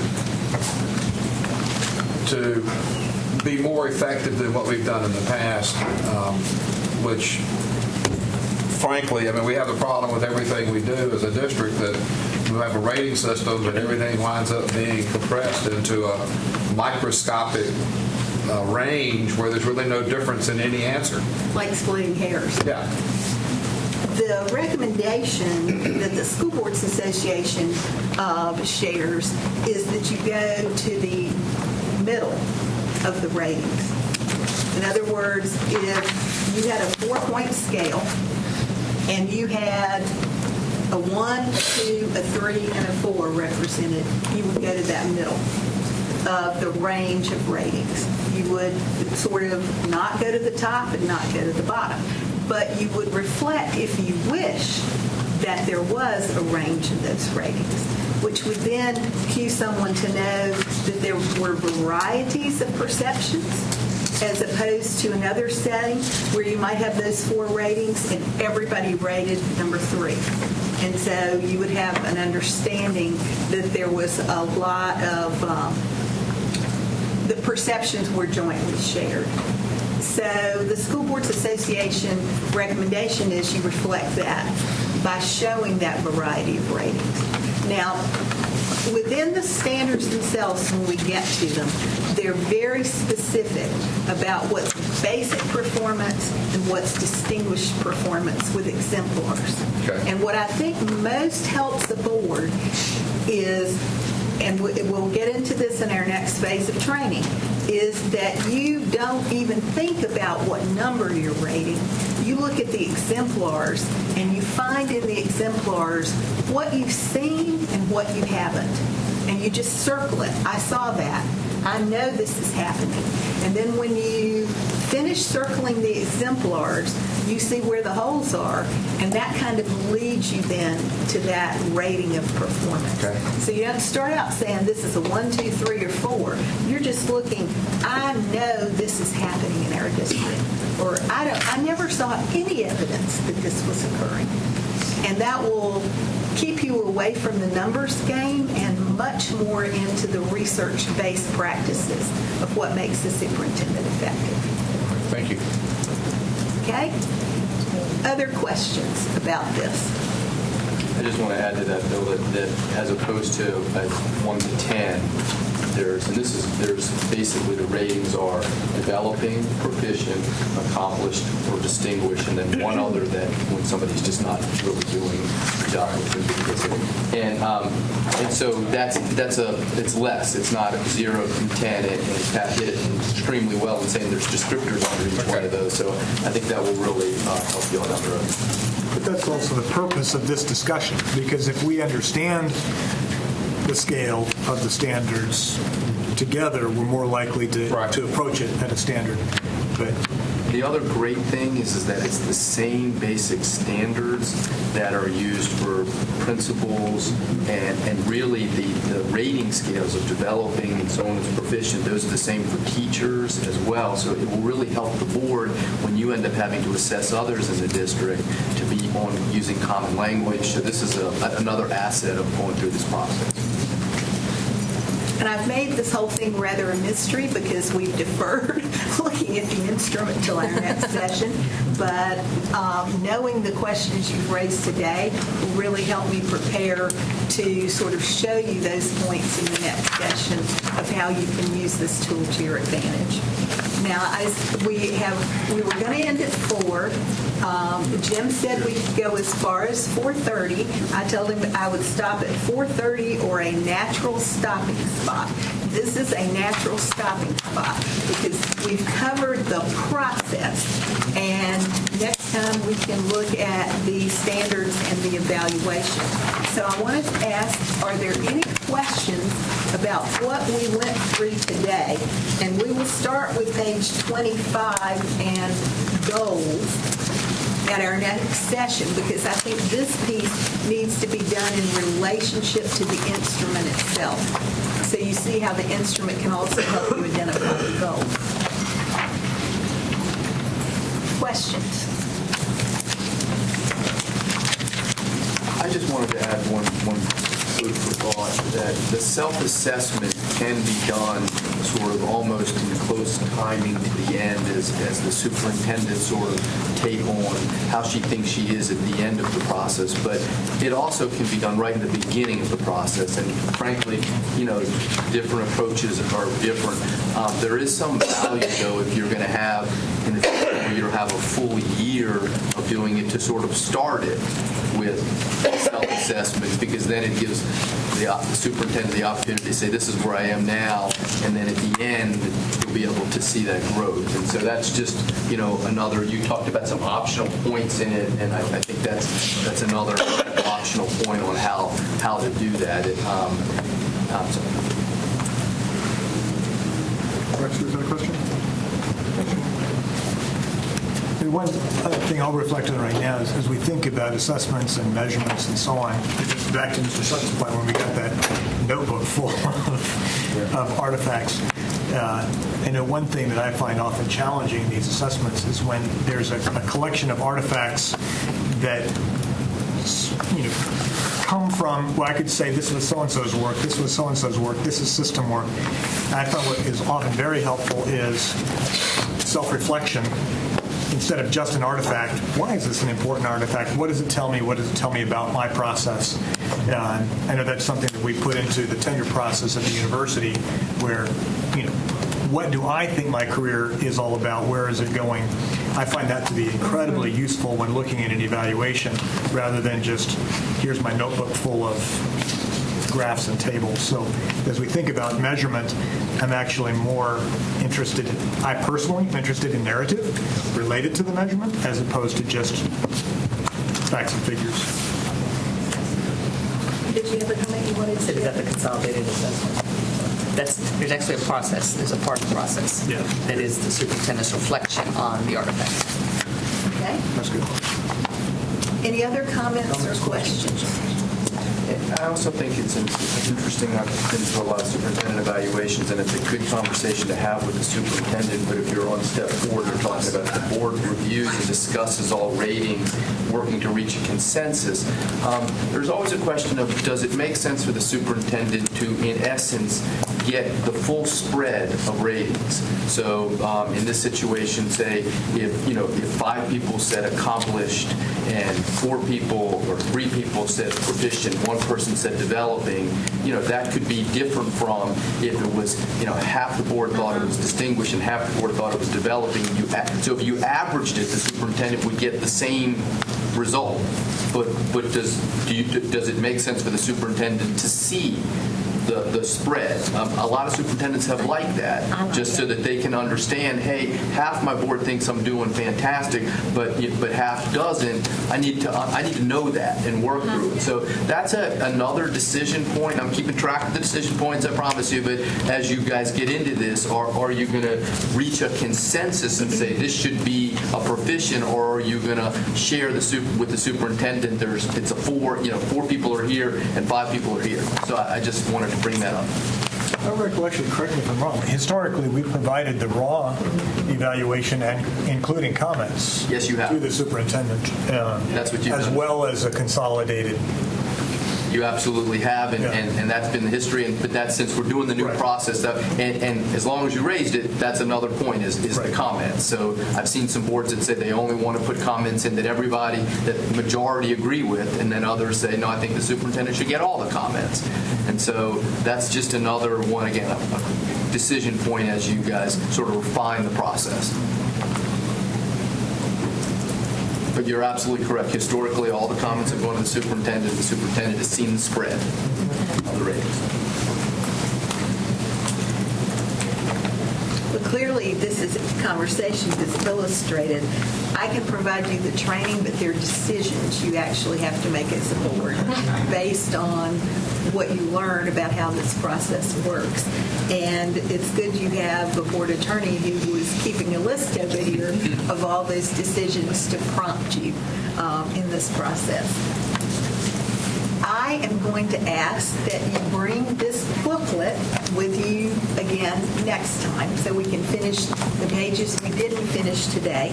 But I will make an offer because I know what I'm like. Sometimes I lose things. If you're a person who might misplace this, I will be glad to put your name on it and bring it back to be sure you have it next time. So if you want me to hold on to your booklet for you, just put your name on it and pass it down here, and I will return it to you. But I know there are other people who will want to peruse this in the time in between. So to accommodate learning styles. Also, save your little yellow sticky. We have the aspects of the policy and whatnot in our board, in our online. So we can review those. Is there anything else I can do to be of service to you today? This was really great. Is this the same instrument that's been in place Yes. 2010, so it's been This has been used across the state since about 2012 now. Yeah, but it has been an option, and it has been a slow process of districts across the state because many superintendents have written other evaluation methodologies into the contract initially when they've signed them with the board. Okay? Mr. Blumberg sent us a state booklet, including a copy of the instrument, so you can go back and dig through your emails and find that. Thank you very much. To be continued. To be continued in 2 weeks. All right, let's go ahead and take a, 5 or so minute break for transition, and then we'll come back and we have the update from the Department of Transportation. So we'll just take a break for a couple minutes.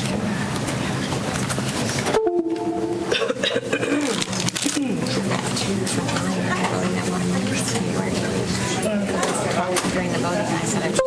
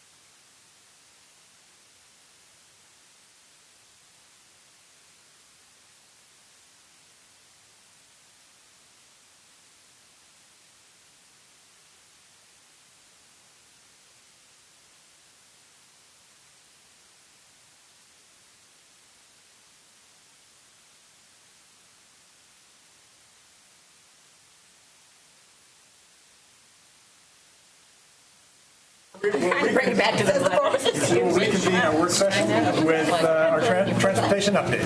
Okay, thank you, Dr. Martin.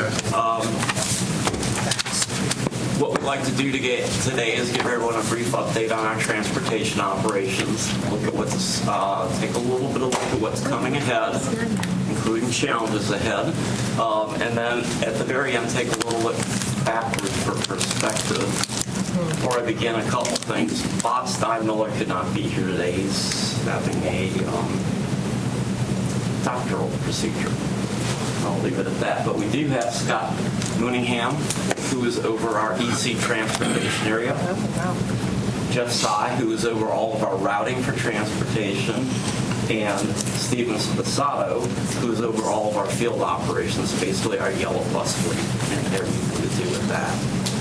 So that said, before I jump in, and especially with some new board members who I haven't been able to sit down with face-to-face yet, just as is most of the rest of our organization, the transportation operation is quite complex.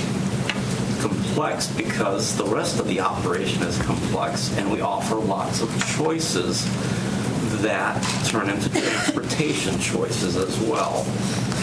Whether it's calendar options as far as attending a school and the need to have a bus serving a house here, take a student to one school and a house right next door to a different school. Magnet options.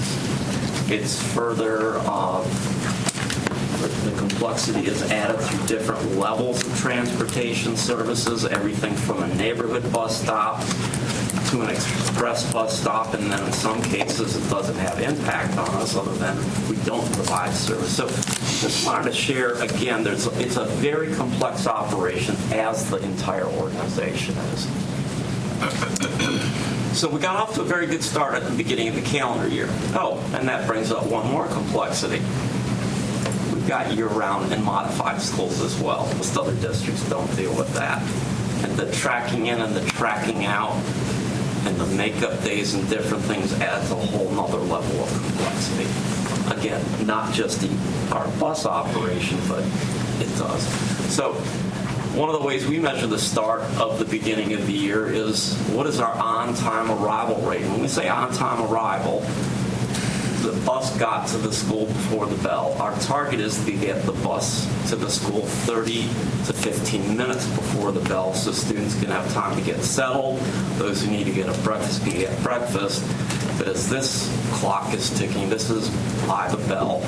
So by the first day, 97%. By the fifth day, for all intents and purposes, there were some random stragglers, but all of our buses were arriving on time. And on any given day, there will be some buses that do not get there on time. Either mechanical failure, a driver issue, sometimes it's a traffic issue. We'd like to be perfect, but that's another thing about transportation. I think our perception is it's the classic, you get 100 on the test and you get an 8, you get a 99.9 and you get an F. And I do think it's important, though, to back up and say, well, where on that trend are we going? Where are things? Because if you literally just look at it on that scale, then we're not improving. But I think you'll see we've greatly improved over the years. Well, how did this get in there? Charlotte. Oh. Can't imagine. Charlotte didn't have quite the same start of the year as we did. They had actually a horrible start. I'm not going to read the verbiage. But let's knock on wood there for the But they're facing the same challenges we are as it relates to bus drivers. And I point out this is not to pick on Charlotte. Let me clarify. My point is to highlight some of the challenges we're all facing, how we're facing those challenges, and how some other districts are facing those challenges. What's working for us, what might be working for others, and what we might look to do and learn from others. But they're facing the same challenges we are. We've done some things with our routing. And while it's been a focus on efficiency, it's been a focus on matching the number of drivers we have with buses with the goal of on-time arrival. I think we've done a very good job of that. And if we have to deal with one constraint, and that constraint are drivers, and our options are expand services or on-time arrival, then we have choices to make in those two. And our choice up to now has been in the area of on-time arrival. Again, I'm going to talk a lot about hiring of drivers through this. The hiring of drivers or the shortage of drivers is a nationwide issue. There's a clip from Minnesota from earlier this year, a clip from Virginia. You can find it across the nation. It's not unique to Wake County or North Carolina.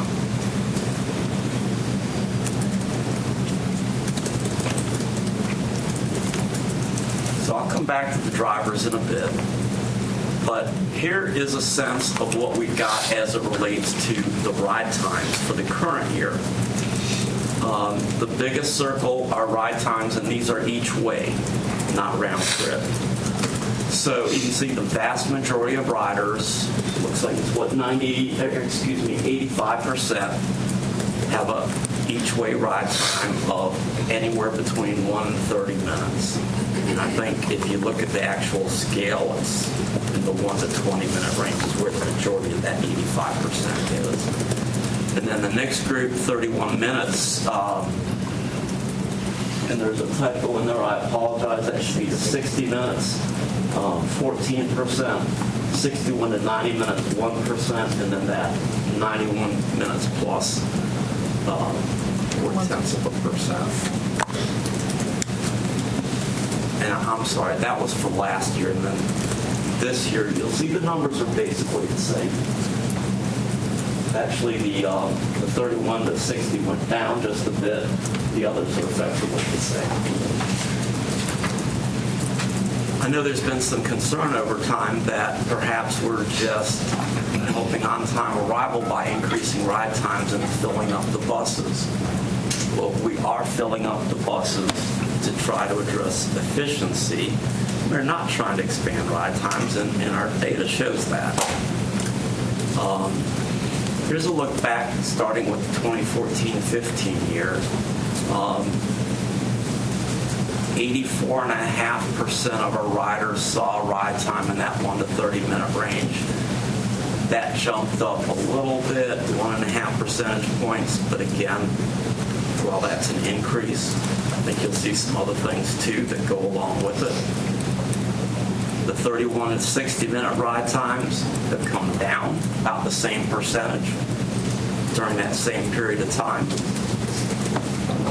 The 61 and 90 minutes essentially stayed flat, a little up, a little down. And the 91 plus, and again, here you're talking about fractions of a percent. They went up and they've come back down. So again, over the last several years of history, we are not seeing a trend of increasing ride times.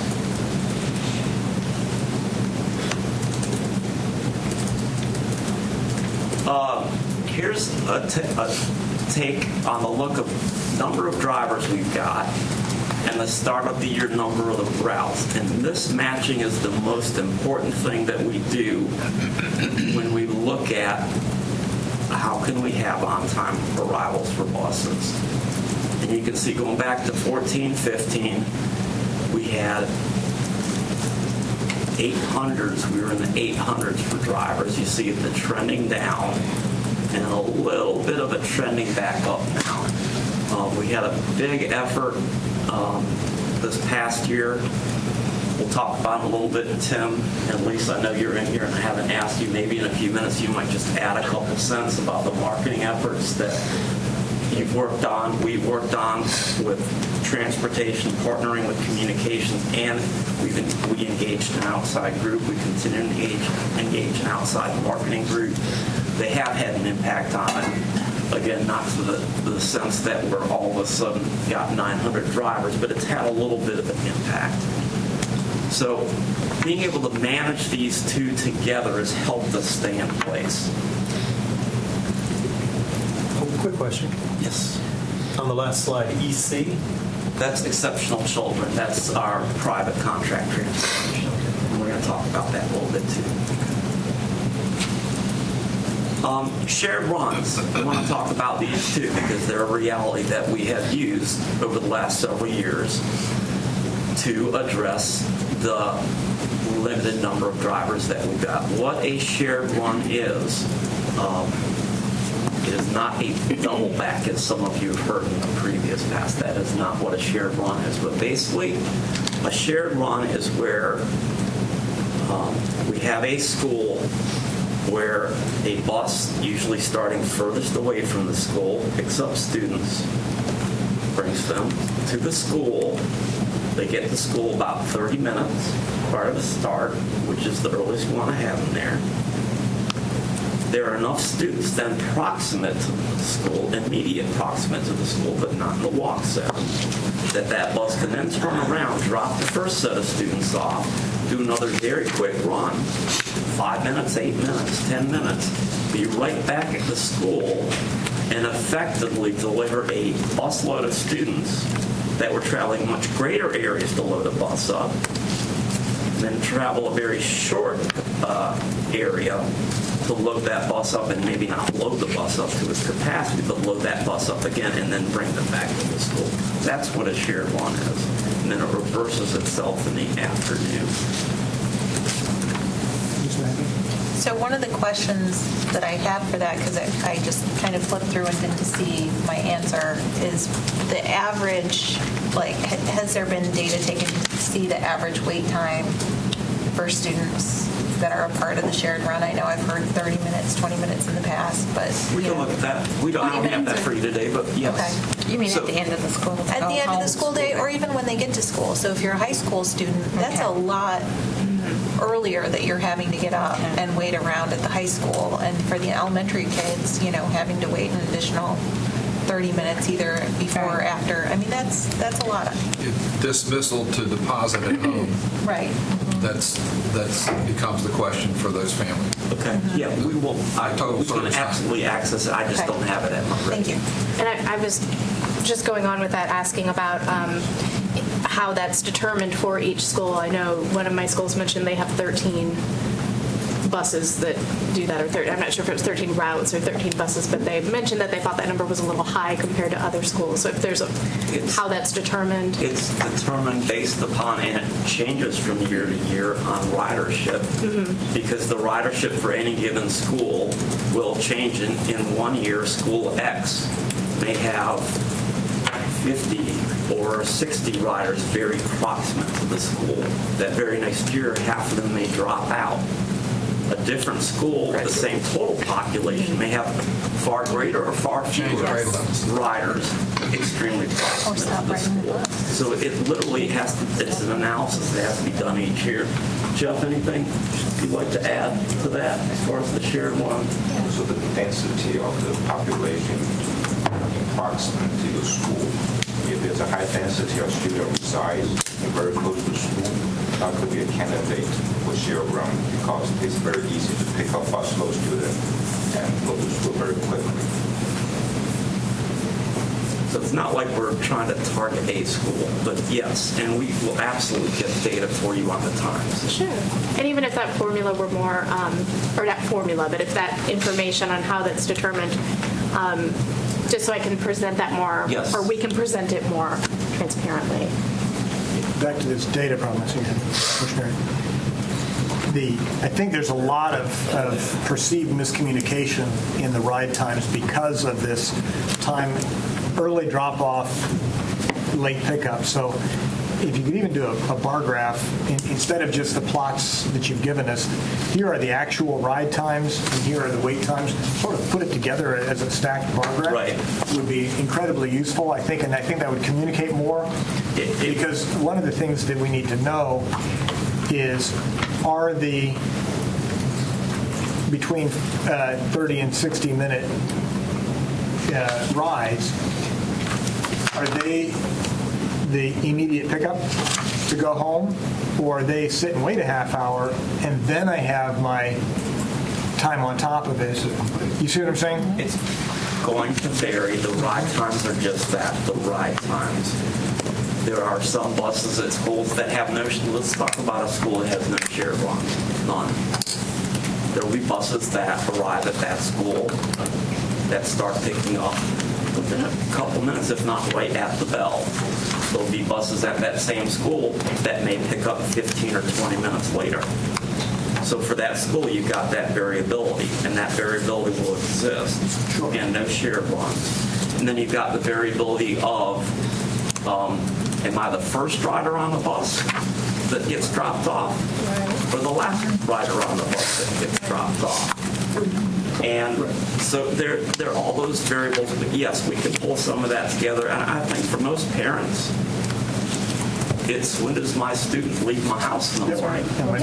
And when does he walk back in the door? Well, I mean, That is what bus ride time means to most of our constituents, and that's why it just would be helpful for communication's sake if we see that information as opposed to just the formal ride time.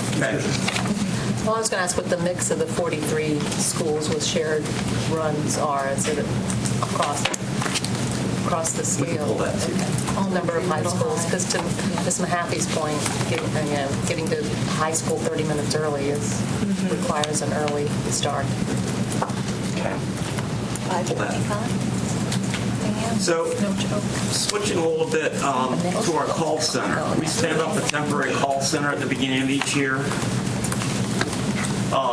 And I think this really, again, shows, the trend line shows an improvement in our ability to communicate with parents before the start of the year and have things in place before the start of the year. If you go back to the 15-16 year, during the first 20 days of the traditional calendar, basically the first month, we received 26,000 requests for something.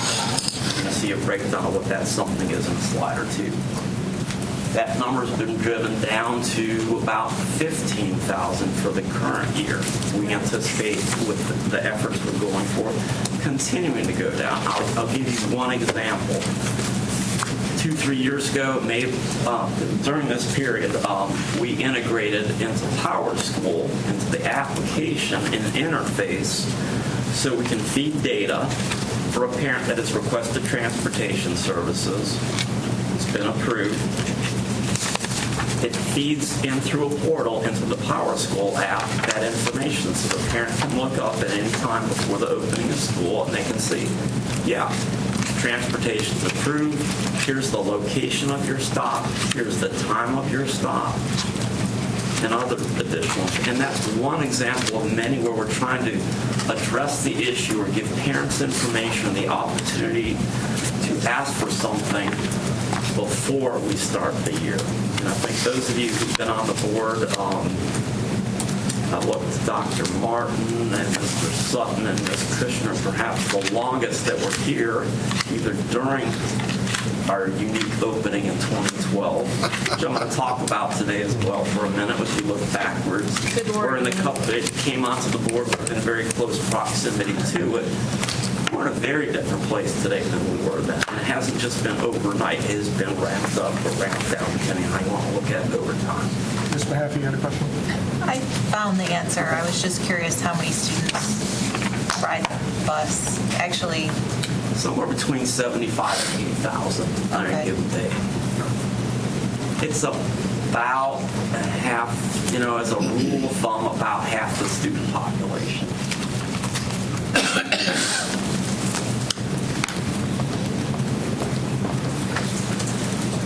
Here, again, this is just a 1 year over year, last year compared to this year, but look by type of request from parents. During the first week, the biggest comment is a student who doesn't have a bus assignment. That's the biggest thing we get hit with at the beginning of the year. And again, we've really tried hard to get that down. We've gotten that down. I think that number, even before the prior slide, was in the 30,000 range during the first week of school. So we've come a long way. At the end of the day, we can only drive it down so far when some parents are just moving in, or even if they've been here for a while, are just saying, oh, I need to sign my student up for school. They're eligible for for bus service. And we're just finding out about it the day before, the day of, or the day after they start school. So we're going to continue to push on that. And then these other smaller numbers, the next biggest one, concern about a bus route. Again, significant reduction. And then the others, ineligible students, alternate stops. I'll talk about that in a minute. Missing students. The good news is those are next to flat. Bus stop change due to safety and miscellaneous. So again, if we looked at trend data going back 5-6 years, you'd see an even bigger improvement. But that's just for the first week. Correct. A couple other just data sets to look at. These are the tickets that we received. Again, this goes back to 2015-16. You might want to explain what you mean by tickets. Tickets, that's a request. Not from law enforcement. Thank you, Kathy. Yeah, we didn't have dropouts either, just so you know. They stopped running. We call them a ticket. It's a customer request, a parent request for something. I just moved in my student needs service, or I'd like to request an alternate afternoon stop so my student can be dropped off at a daycare center. Well, we've got a joint custody situation on Monday, Wednesday, and Friday. We want our student to be picked up and dropped off here, and on Tuesday, Thursday here. We're on alternating weeks, those sorts of things. So the pink is the lowest line, and that's current, and the purple is the oldest line, and the others are the in-between. But again, you see these downward trends of requests for things that haven't already, without being requested, they've been taken care of. And then on the flip side of this, these are the requests, and this is our ability to close them, which means address the need and close the ticket or request out. Again, the red line reflecting current year. And again, the higher number, we're able to close even more than we have very quickly into the year than we have previously, and then comparison. And basically getting down to as they come in, we're resolving them.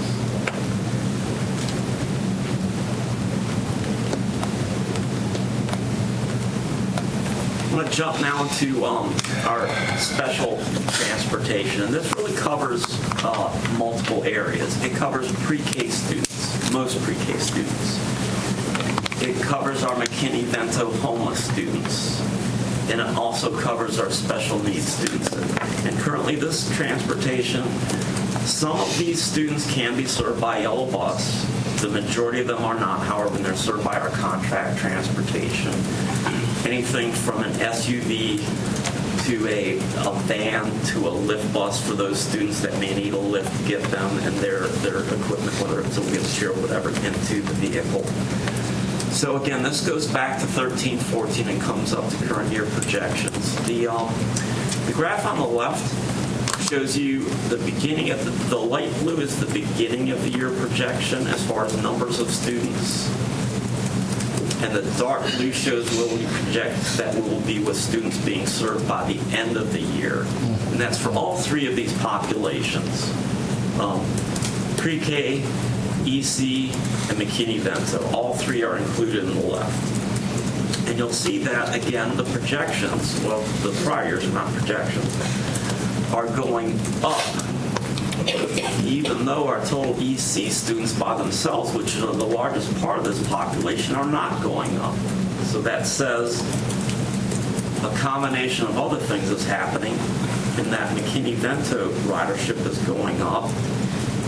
And we also think, and this is one of the things we're looking to dissect, we've made a transition. Scott has been over EC transportation for what, just about a year? Not quite. A few months. A few months? Seems like about a year, right? Well, time for We're letting him catch his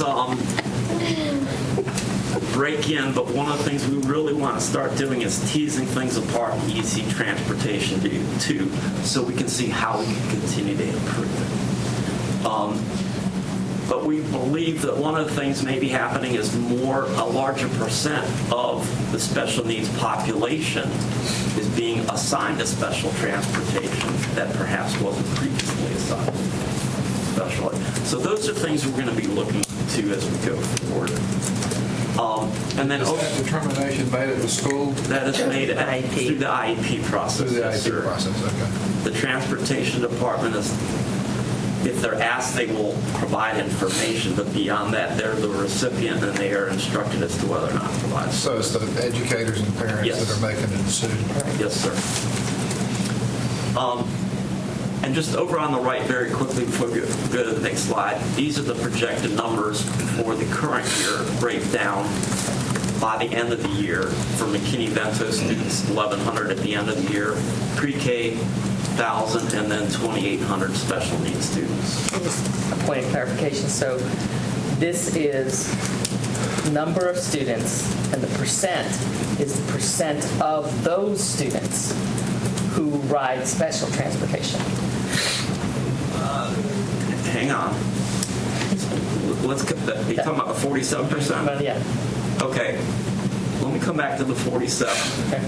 The numbers above are not the flat numbers. Those are raw student numbers.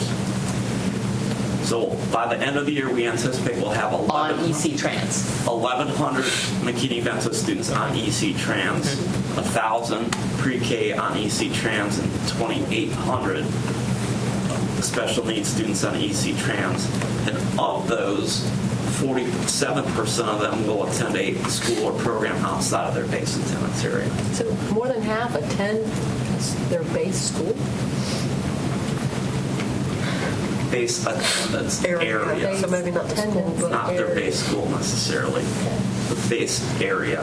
So a school on our list of schools. Okay, thank you. Yeah. Gotcha.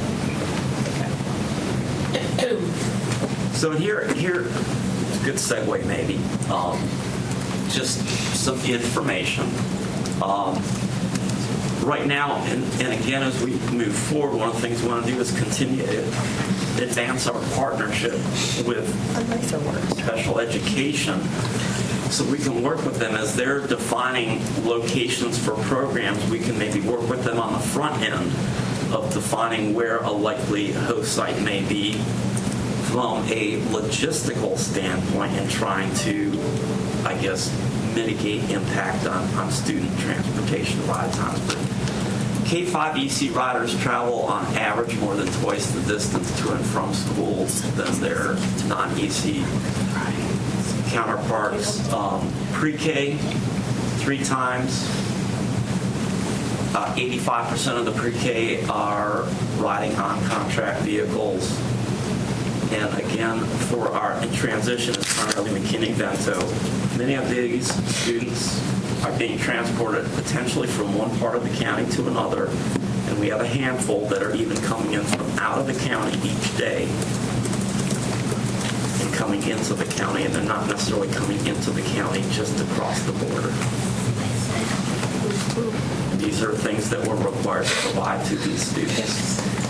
Or services, I should say, that we're required to provide to these students. It's an additional point of reference, in particular when you're talking about our low incidence classrooms. We don't have those in every single school. You can't afford to have AU classes in 115 elementary schools. But where then the burden lies in terms of providing the services based on the student needs ends up being in where the schools are designated that have those programs and who the students are that come. And if we have a student come to the district where there perhaps is a class that serves that student in their base attendance area and it is full, you then have to find a school that has that program for that student that may be further away. There are a lot of inefficiencies because of not having the programs in every single school, all programs in all schools. So what is the average ride time for these students? I mean, we saw it with the yellow bus. Did EC get factored into those average ride times? No, those are yellow bus times. Okay. We don't have that. I don't have that today. Okay. I believe we can I'd pull like it. to see that, yeah. Sure. Because they could go twice the distance in half the time. Right. I mean, but you do have, kids in the car. I know we've talked about car seats being an issue sometimes. We will pull that. And I do know this. I'll just share some information, not the details you're looking for, but it will vary, and for reasons including what Superintendent Moore just mentioned of maybe a student here, and because of my need, that program is offered all the way over here. Right. I may be a student in the same neighborhood with a special need. I'm riding contract transportation, but I'm able to receive my services at this proximate school. Right. So we have the same types of issues running. But yeah. What is a transition student out of the county? That would be McKinney-Vento students. So when a McKinney-Vento student who is experiencing homelessness is in a location that's outside of Wake County, the law does allow them to continue to attend school in Wake County if that is what's in the best interest of the child, and we provide transportation. They started with us to begin Yes. with? Yeah. Okay. But it's The goal is to keep the kid in the environment where. Yeah, I know what the goal is. I was just trying to figure out how we got them to begin with.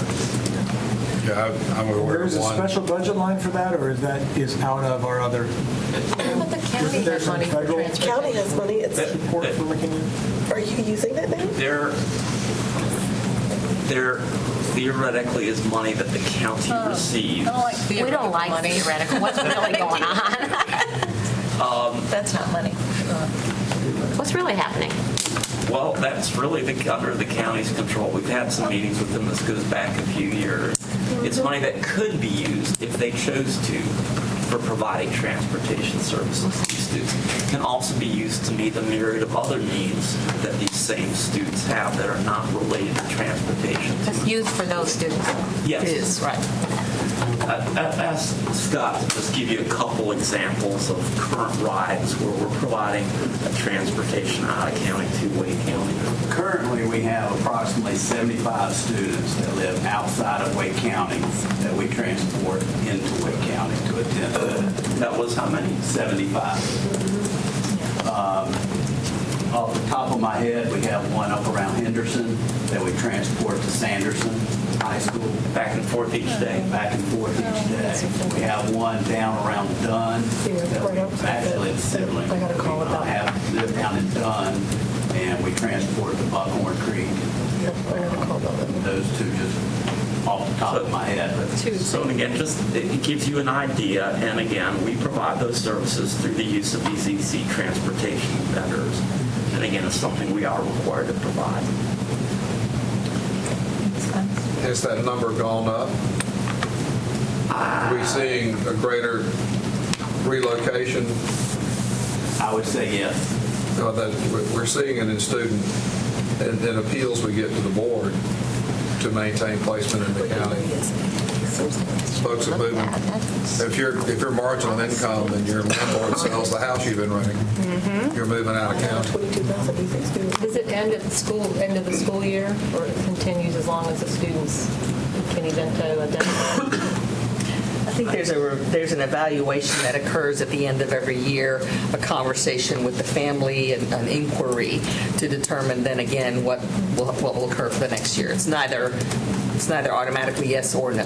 And to Bill's point, this particular family, because I've gotten a call from that now lives closer to Fayetteville, I mean, they've been in and out of our county living for the last 2 years. It just depends on where they can afford to live. So some of these kids, it's not they're out of that far the entire time. This particular family, I personally got lots of calls from. It was a lot of like movement and transient family. So yeah, at one point they were living in Fayetteville. They typically have a lot of address changes. Right. I just thought that was one of the things that's valuable for folks to know who haven't had a lot of contact with those families. And it's not like they move, you move and you get a new lease. Right, they don't have a lease. Right. Yes. Experiencing homelessness is temporary to temporary. That's right. And it's not only the out-of-county students, within the county also, they may live in Fuquay and go to Jones area. So, I mean, that can be just as long as Henderson and Sanderson. So, I mean, it's just trying to within get the county, inside the county limits also. Okay. Mr. another question? Yeah. I got a call. I've had 2 calls in the last 2 weeks. And there is a perception in the community by some that students of color and low income kids are disproportionately affected by either some of the longer rides or riding or getting to school late, therefore eating breakfast late, losing instructional time, so on and so forth. I struggled with that a little bit when I got in the car and was kind of thinking about that. I guess my question is, could this then perhaps explain why some of that that perception might be somewhat of a reality? If we see disproportionality in the number of kids that are either EC labeled, special ed labeled, or experiencing homelessness or what have you. Yes, I think again, I'm not saying this from a scientific analysis perspective, just sort of, yes. I think it could also potentially be from an assignment perspective, maybe, yes. Like a satellite node? And do we know that then to be the case? So you and I must be talking to the same people. Yeah. I'm sure we all are. We just had this conversation this morning and needing to check on that perception and to take a look at these different aspects of where our students are that are doing a deeper dive into right now, what are the trends and patterns around buses arriving late and what schools and where from and all of that. So we just talked about that this morning. So right now we don't know the answer to your question, but I've heard the same thing you've heard. So. And if we could, we're looking at that. Then. Thank you. I'm looking forward to just a couple more things on the contract transportation. The current year, most of the board is aware of this. For the new board members, these are normally multi-year contracts. We, a year ago, put out an RFP, including looking at a national vendor to take over perhaps a large chunk of our business. Currently, local vendors provide the services. The decision was made to continue with the current vendors for another year, which we are, but we're under a one-year contract now. We put out a new payment structure for those vendors as per their request. Part of our change for the current year is we are now doing the routing for the vendors as opposed to allowing the routers to do, or the vendors to do the routing, excuse me. We again just this year put GPS units on the buses. We're working through that process. Again, it's going to be a couple of years to get that into a steady state.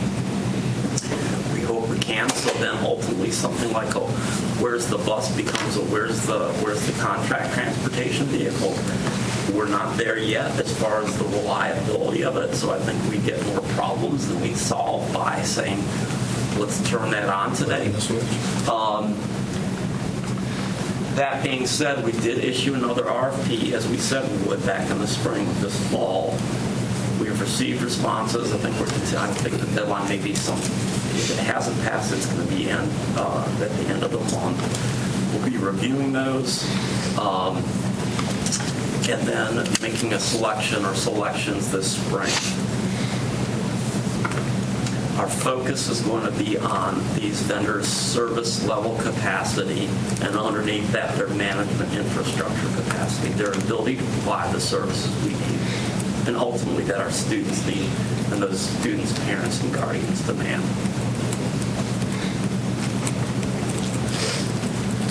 Bus maintenance, very quick. It's probably more than you want to know, but there is more to the operation than just the driving back and forth. Maintenance is a very important part of it, too.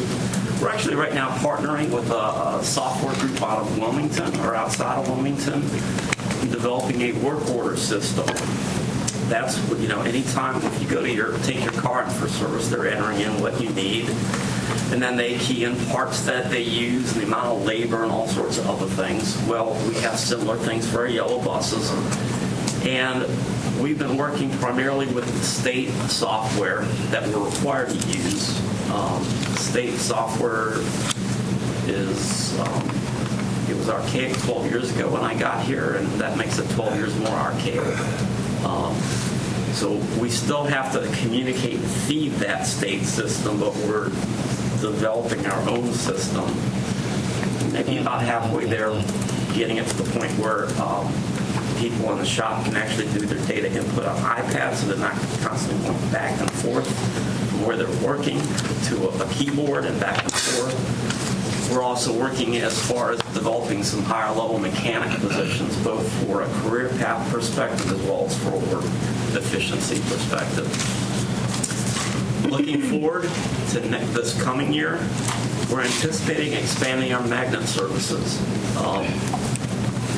And we're looking at provision of some neighborhood bus stops for Southeast Raleigh Magnet High School. Currently, all those stops are express stops, if they're not neighborhood stops for the base attendance area. And our target at this point, you'll see more details as we get to it, will be a portion of western Wake County, kind of a wedge out there in Wake County. Again, I do want to add that our services expand every year, although they just kind of disappear. We'd like them all to be for things like this, but they do expand each year. But they're for things like new schools, swing space, and additional overflow schools. So I'm going to come back to the bus drivers for a minute, and then we'll take a quick look backwards. Hiring bus drivers is a challenge. We've done a lot of different things. We've looked at things, and at this point, maybe either Lisa, you, or Tim could just maybe 1 or 2 minutes. We've even in the past year engaged a wholehearted marketing effort with our communications team and an outside marketing group. Tim or Lisa, you want to maybe just share? Why don't I do the high level and then Lisa? So one of the things I often tell the BACs is it's been a very, very successful year in recruiting bus drivers.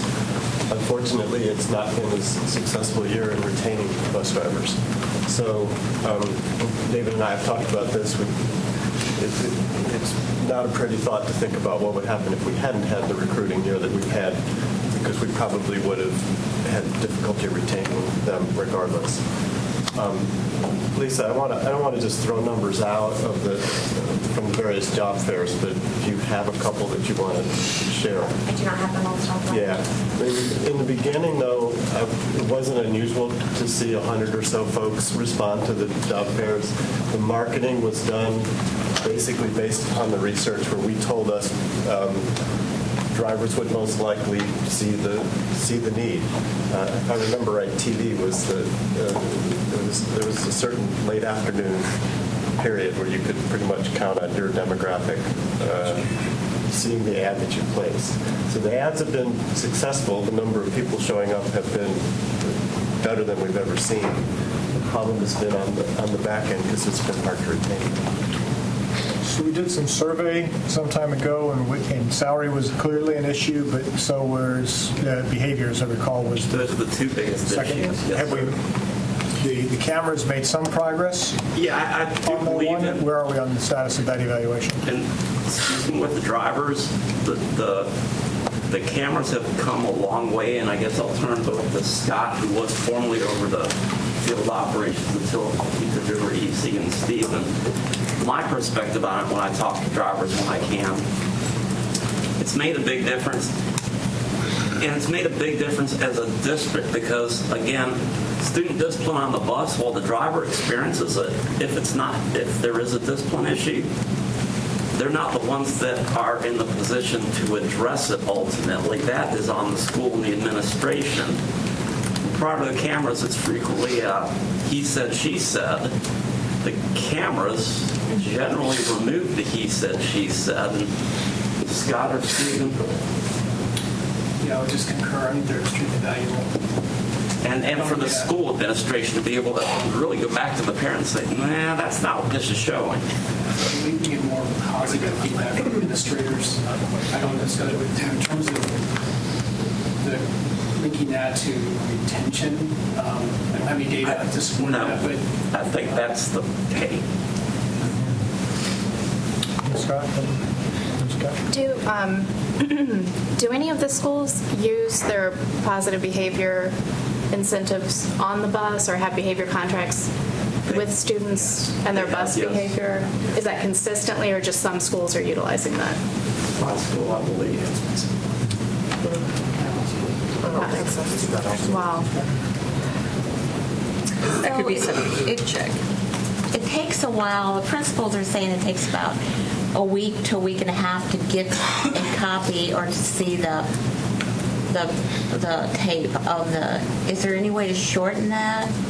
Because that's quite a while before they can discipline the child. Our directive with that is based on the severity of the incident. So if there's a fight or something that is physical altercation, we expect that video to be to the school within the day or the next day.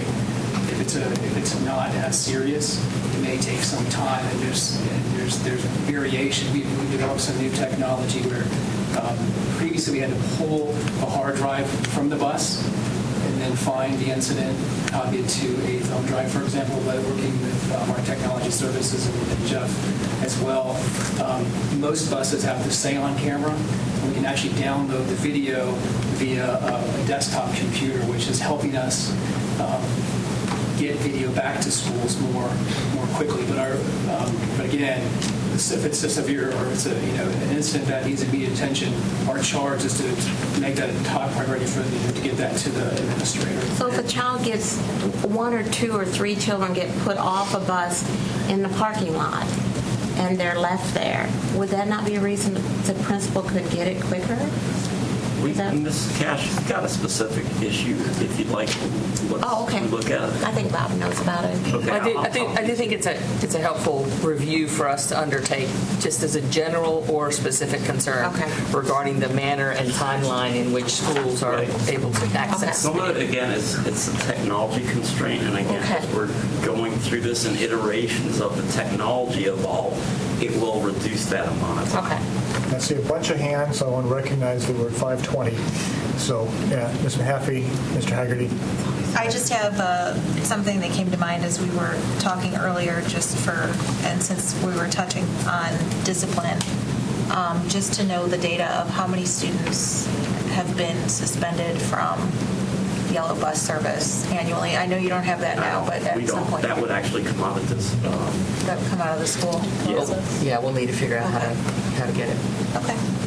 Just a quick question about the retention. If the drivers are paid hourly and they don't get paid while they don't work, did the weather play a role this year in terms of time out of work? It did. Okay. However, through the state, they made some accommodation, we made some accommodations, so it made up for much of that. But your point is well taken and spot on. So if I could just... A quick question. I think it's going to be quick. So did our bus drivers ever go through the training that any of you who were interviewed by them know that they kept asking for behavior management training? Did we ever have our bus drivers go through any training? 2 summers ago, there was our back-to-school meeting. Mm-hmm. They went through behavioral training that was put on by a professional development group, and every driver, 90% of the drivers, received that 2 summers ago, I know. Okay. Did that training also include trauma-informed? So we have monthly safety meetings for each of our 18 transportation districts, and those are some of the issues that are brought. We also work with an AP group.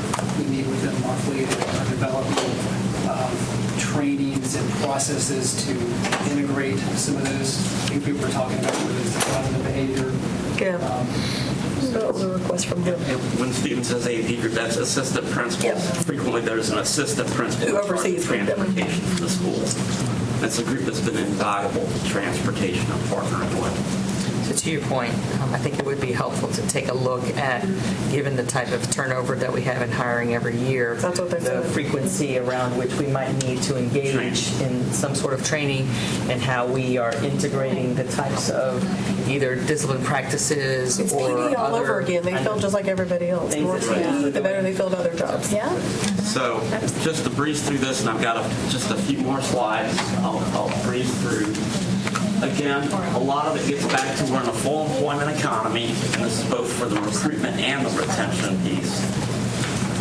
And a starting driver who's working 6 hours a day, 10 months a year, will make about $17,000 gross pay annually. And again, we're not in direct competition, but it's competition. Go Triangle driver, $15 an hour starting rate, about $31,000 full-time. And this was an example out of NC State, a very similar position, $35,000 to $37,000 a year. And there are other jobs that don't require, what a bus driver does is I think about a job description for a bus driver. Manage 3 elementary school classrooms. A self-contained classroom. While driving. While driving a bus. While driving a vehicle. Yes. Repeat with 2 middle school classrooms and potentially repeat again with 1 high school classroom. Do it all over again in the afternoon. Right. No other adults on board to support you. No custodian. You are the custodian. You are everything. So, Charlotte Meck, coming back to Charlotte Meck, some of the things we might learn from them. They got into such a point at the beginning of this year that their board approved moving the minimum starting wage for their bus drivers to $15 an hour. The cost for us to do that, probably about $4 or $5 million. You'll hear more about this and others because it's not just bus drivers. Yeah. You'll hear about it maybe anecdotally about bus drivers, other positions as well. But you hear about this more during the budget cycle. So again, looking forward, continued driver recruitment and retention efforts, the RFP selection process, ongoing development of our maintenance workflow. And then very quickly, I could probably do this in 1 to 2 minutes. I think it's really important to look backwards sometimes to look forward. As I tell people, if you're only looking forward, it seems like, oh, there are all these problems in front of us. Well, sometimes if you look backwards, where were we and where do we get to now? Wow, we've done a lot. This was the beginning of the year in 2012. Wake School bus driver, this is the worst I've ever seen it. Wake Superintendent responds to busing complaints. I'm not going to go into the details. Widespread transportation, increased transportation costs. Mr. Sutton, I know you were on the board then. Dr. Martin was on the board. Ms. Kushner, were you on the board then? Did you get a few emails, a few phone calls? Did you get a few emails and phone calls even the next year, even after things got better and the next year?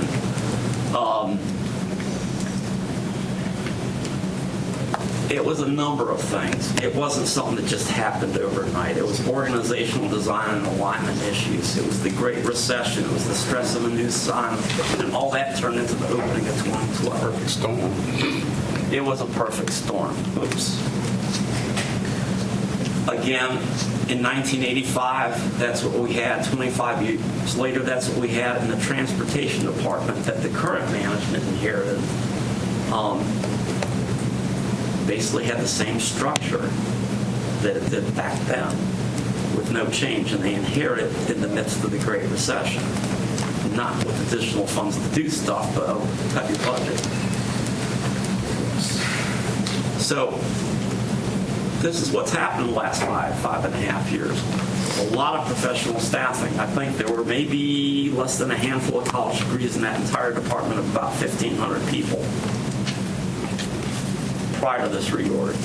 Routing staff, customer service staff, a lot of systems and structures, online requests for parents, automated help, the Power School interface, a joint custody process. And again, this didn't happen overnight. It happened over years. And 1 year we made slight improvements, the next year we made more improvements, and now some of these things you don't hear about because they happen before the school year even starts. Alternate pre and post day delivery, student tagging. I want to talk to somebody. This is one of the last things we finally got to, I think, a year or two ago. We'd automated a lot, but we still weren't at the point where people could readily speak with someone. We're at that point now as well. I still hear every once in a while, I can't talk to anyone. here at that lunch. Technology, our GPL and ABL, where's the bus, the cameras that we just spoke about. Partnerships. Some of you think back, one of the services we used to offer as a district, if we could, after we got schools up and running, if we had the capacity, we'd provide transportation from a number of schools to various boys and girls clubs, if we could. Well, those parents who had students that needed those services should ideally have to wait until, we're a month into the year, or 6 weeks or 8 weeks into the year, can you provide those services? We finally worked out an arrangement in working with the Boys and Girls Club and partnered to sell them surplus buses and work with them in designing routes. They got some of their own staff certified, and now effectively they're providing that service through our partnership with them so they can provide those services from day one. It's another great example. Looking forward again, I've gone through that. I know it's almost 5:30, but thank you for your time. If there are any final questions, I'd be glad. We obviously have some things to bring back to you as far as the information you've asked for. We will. Thank you. Yeah, I think in lieu of time, we won't take additional questions. We've had a lot of those throughout the process. Individual questions, please make sure get to Mr. Nieder. And we'll follow up. Okay. Thank you. Given the time, I request that we take a relatively prompt break as we transition to the main meeting, because we have recognition of our staff, and it's good to try to do that as promptly as possible. So reconvene in the main boardroom in just a couple of minutes. That's a document that I prepared with staff's help. I do a lot of presentations in real estate offices. They all want to know, okay, I got clients.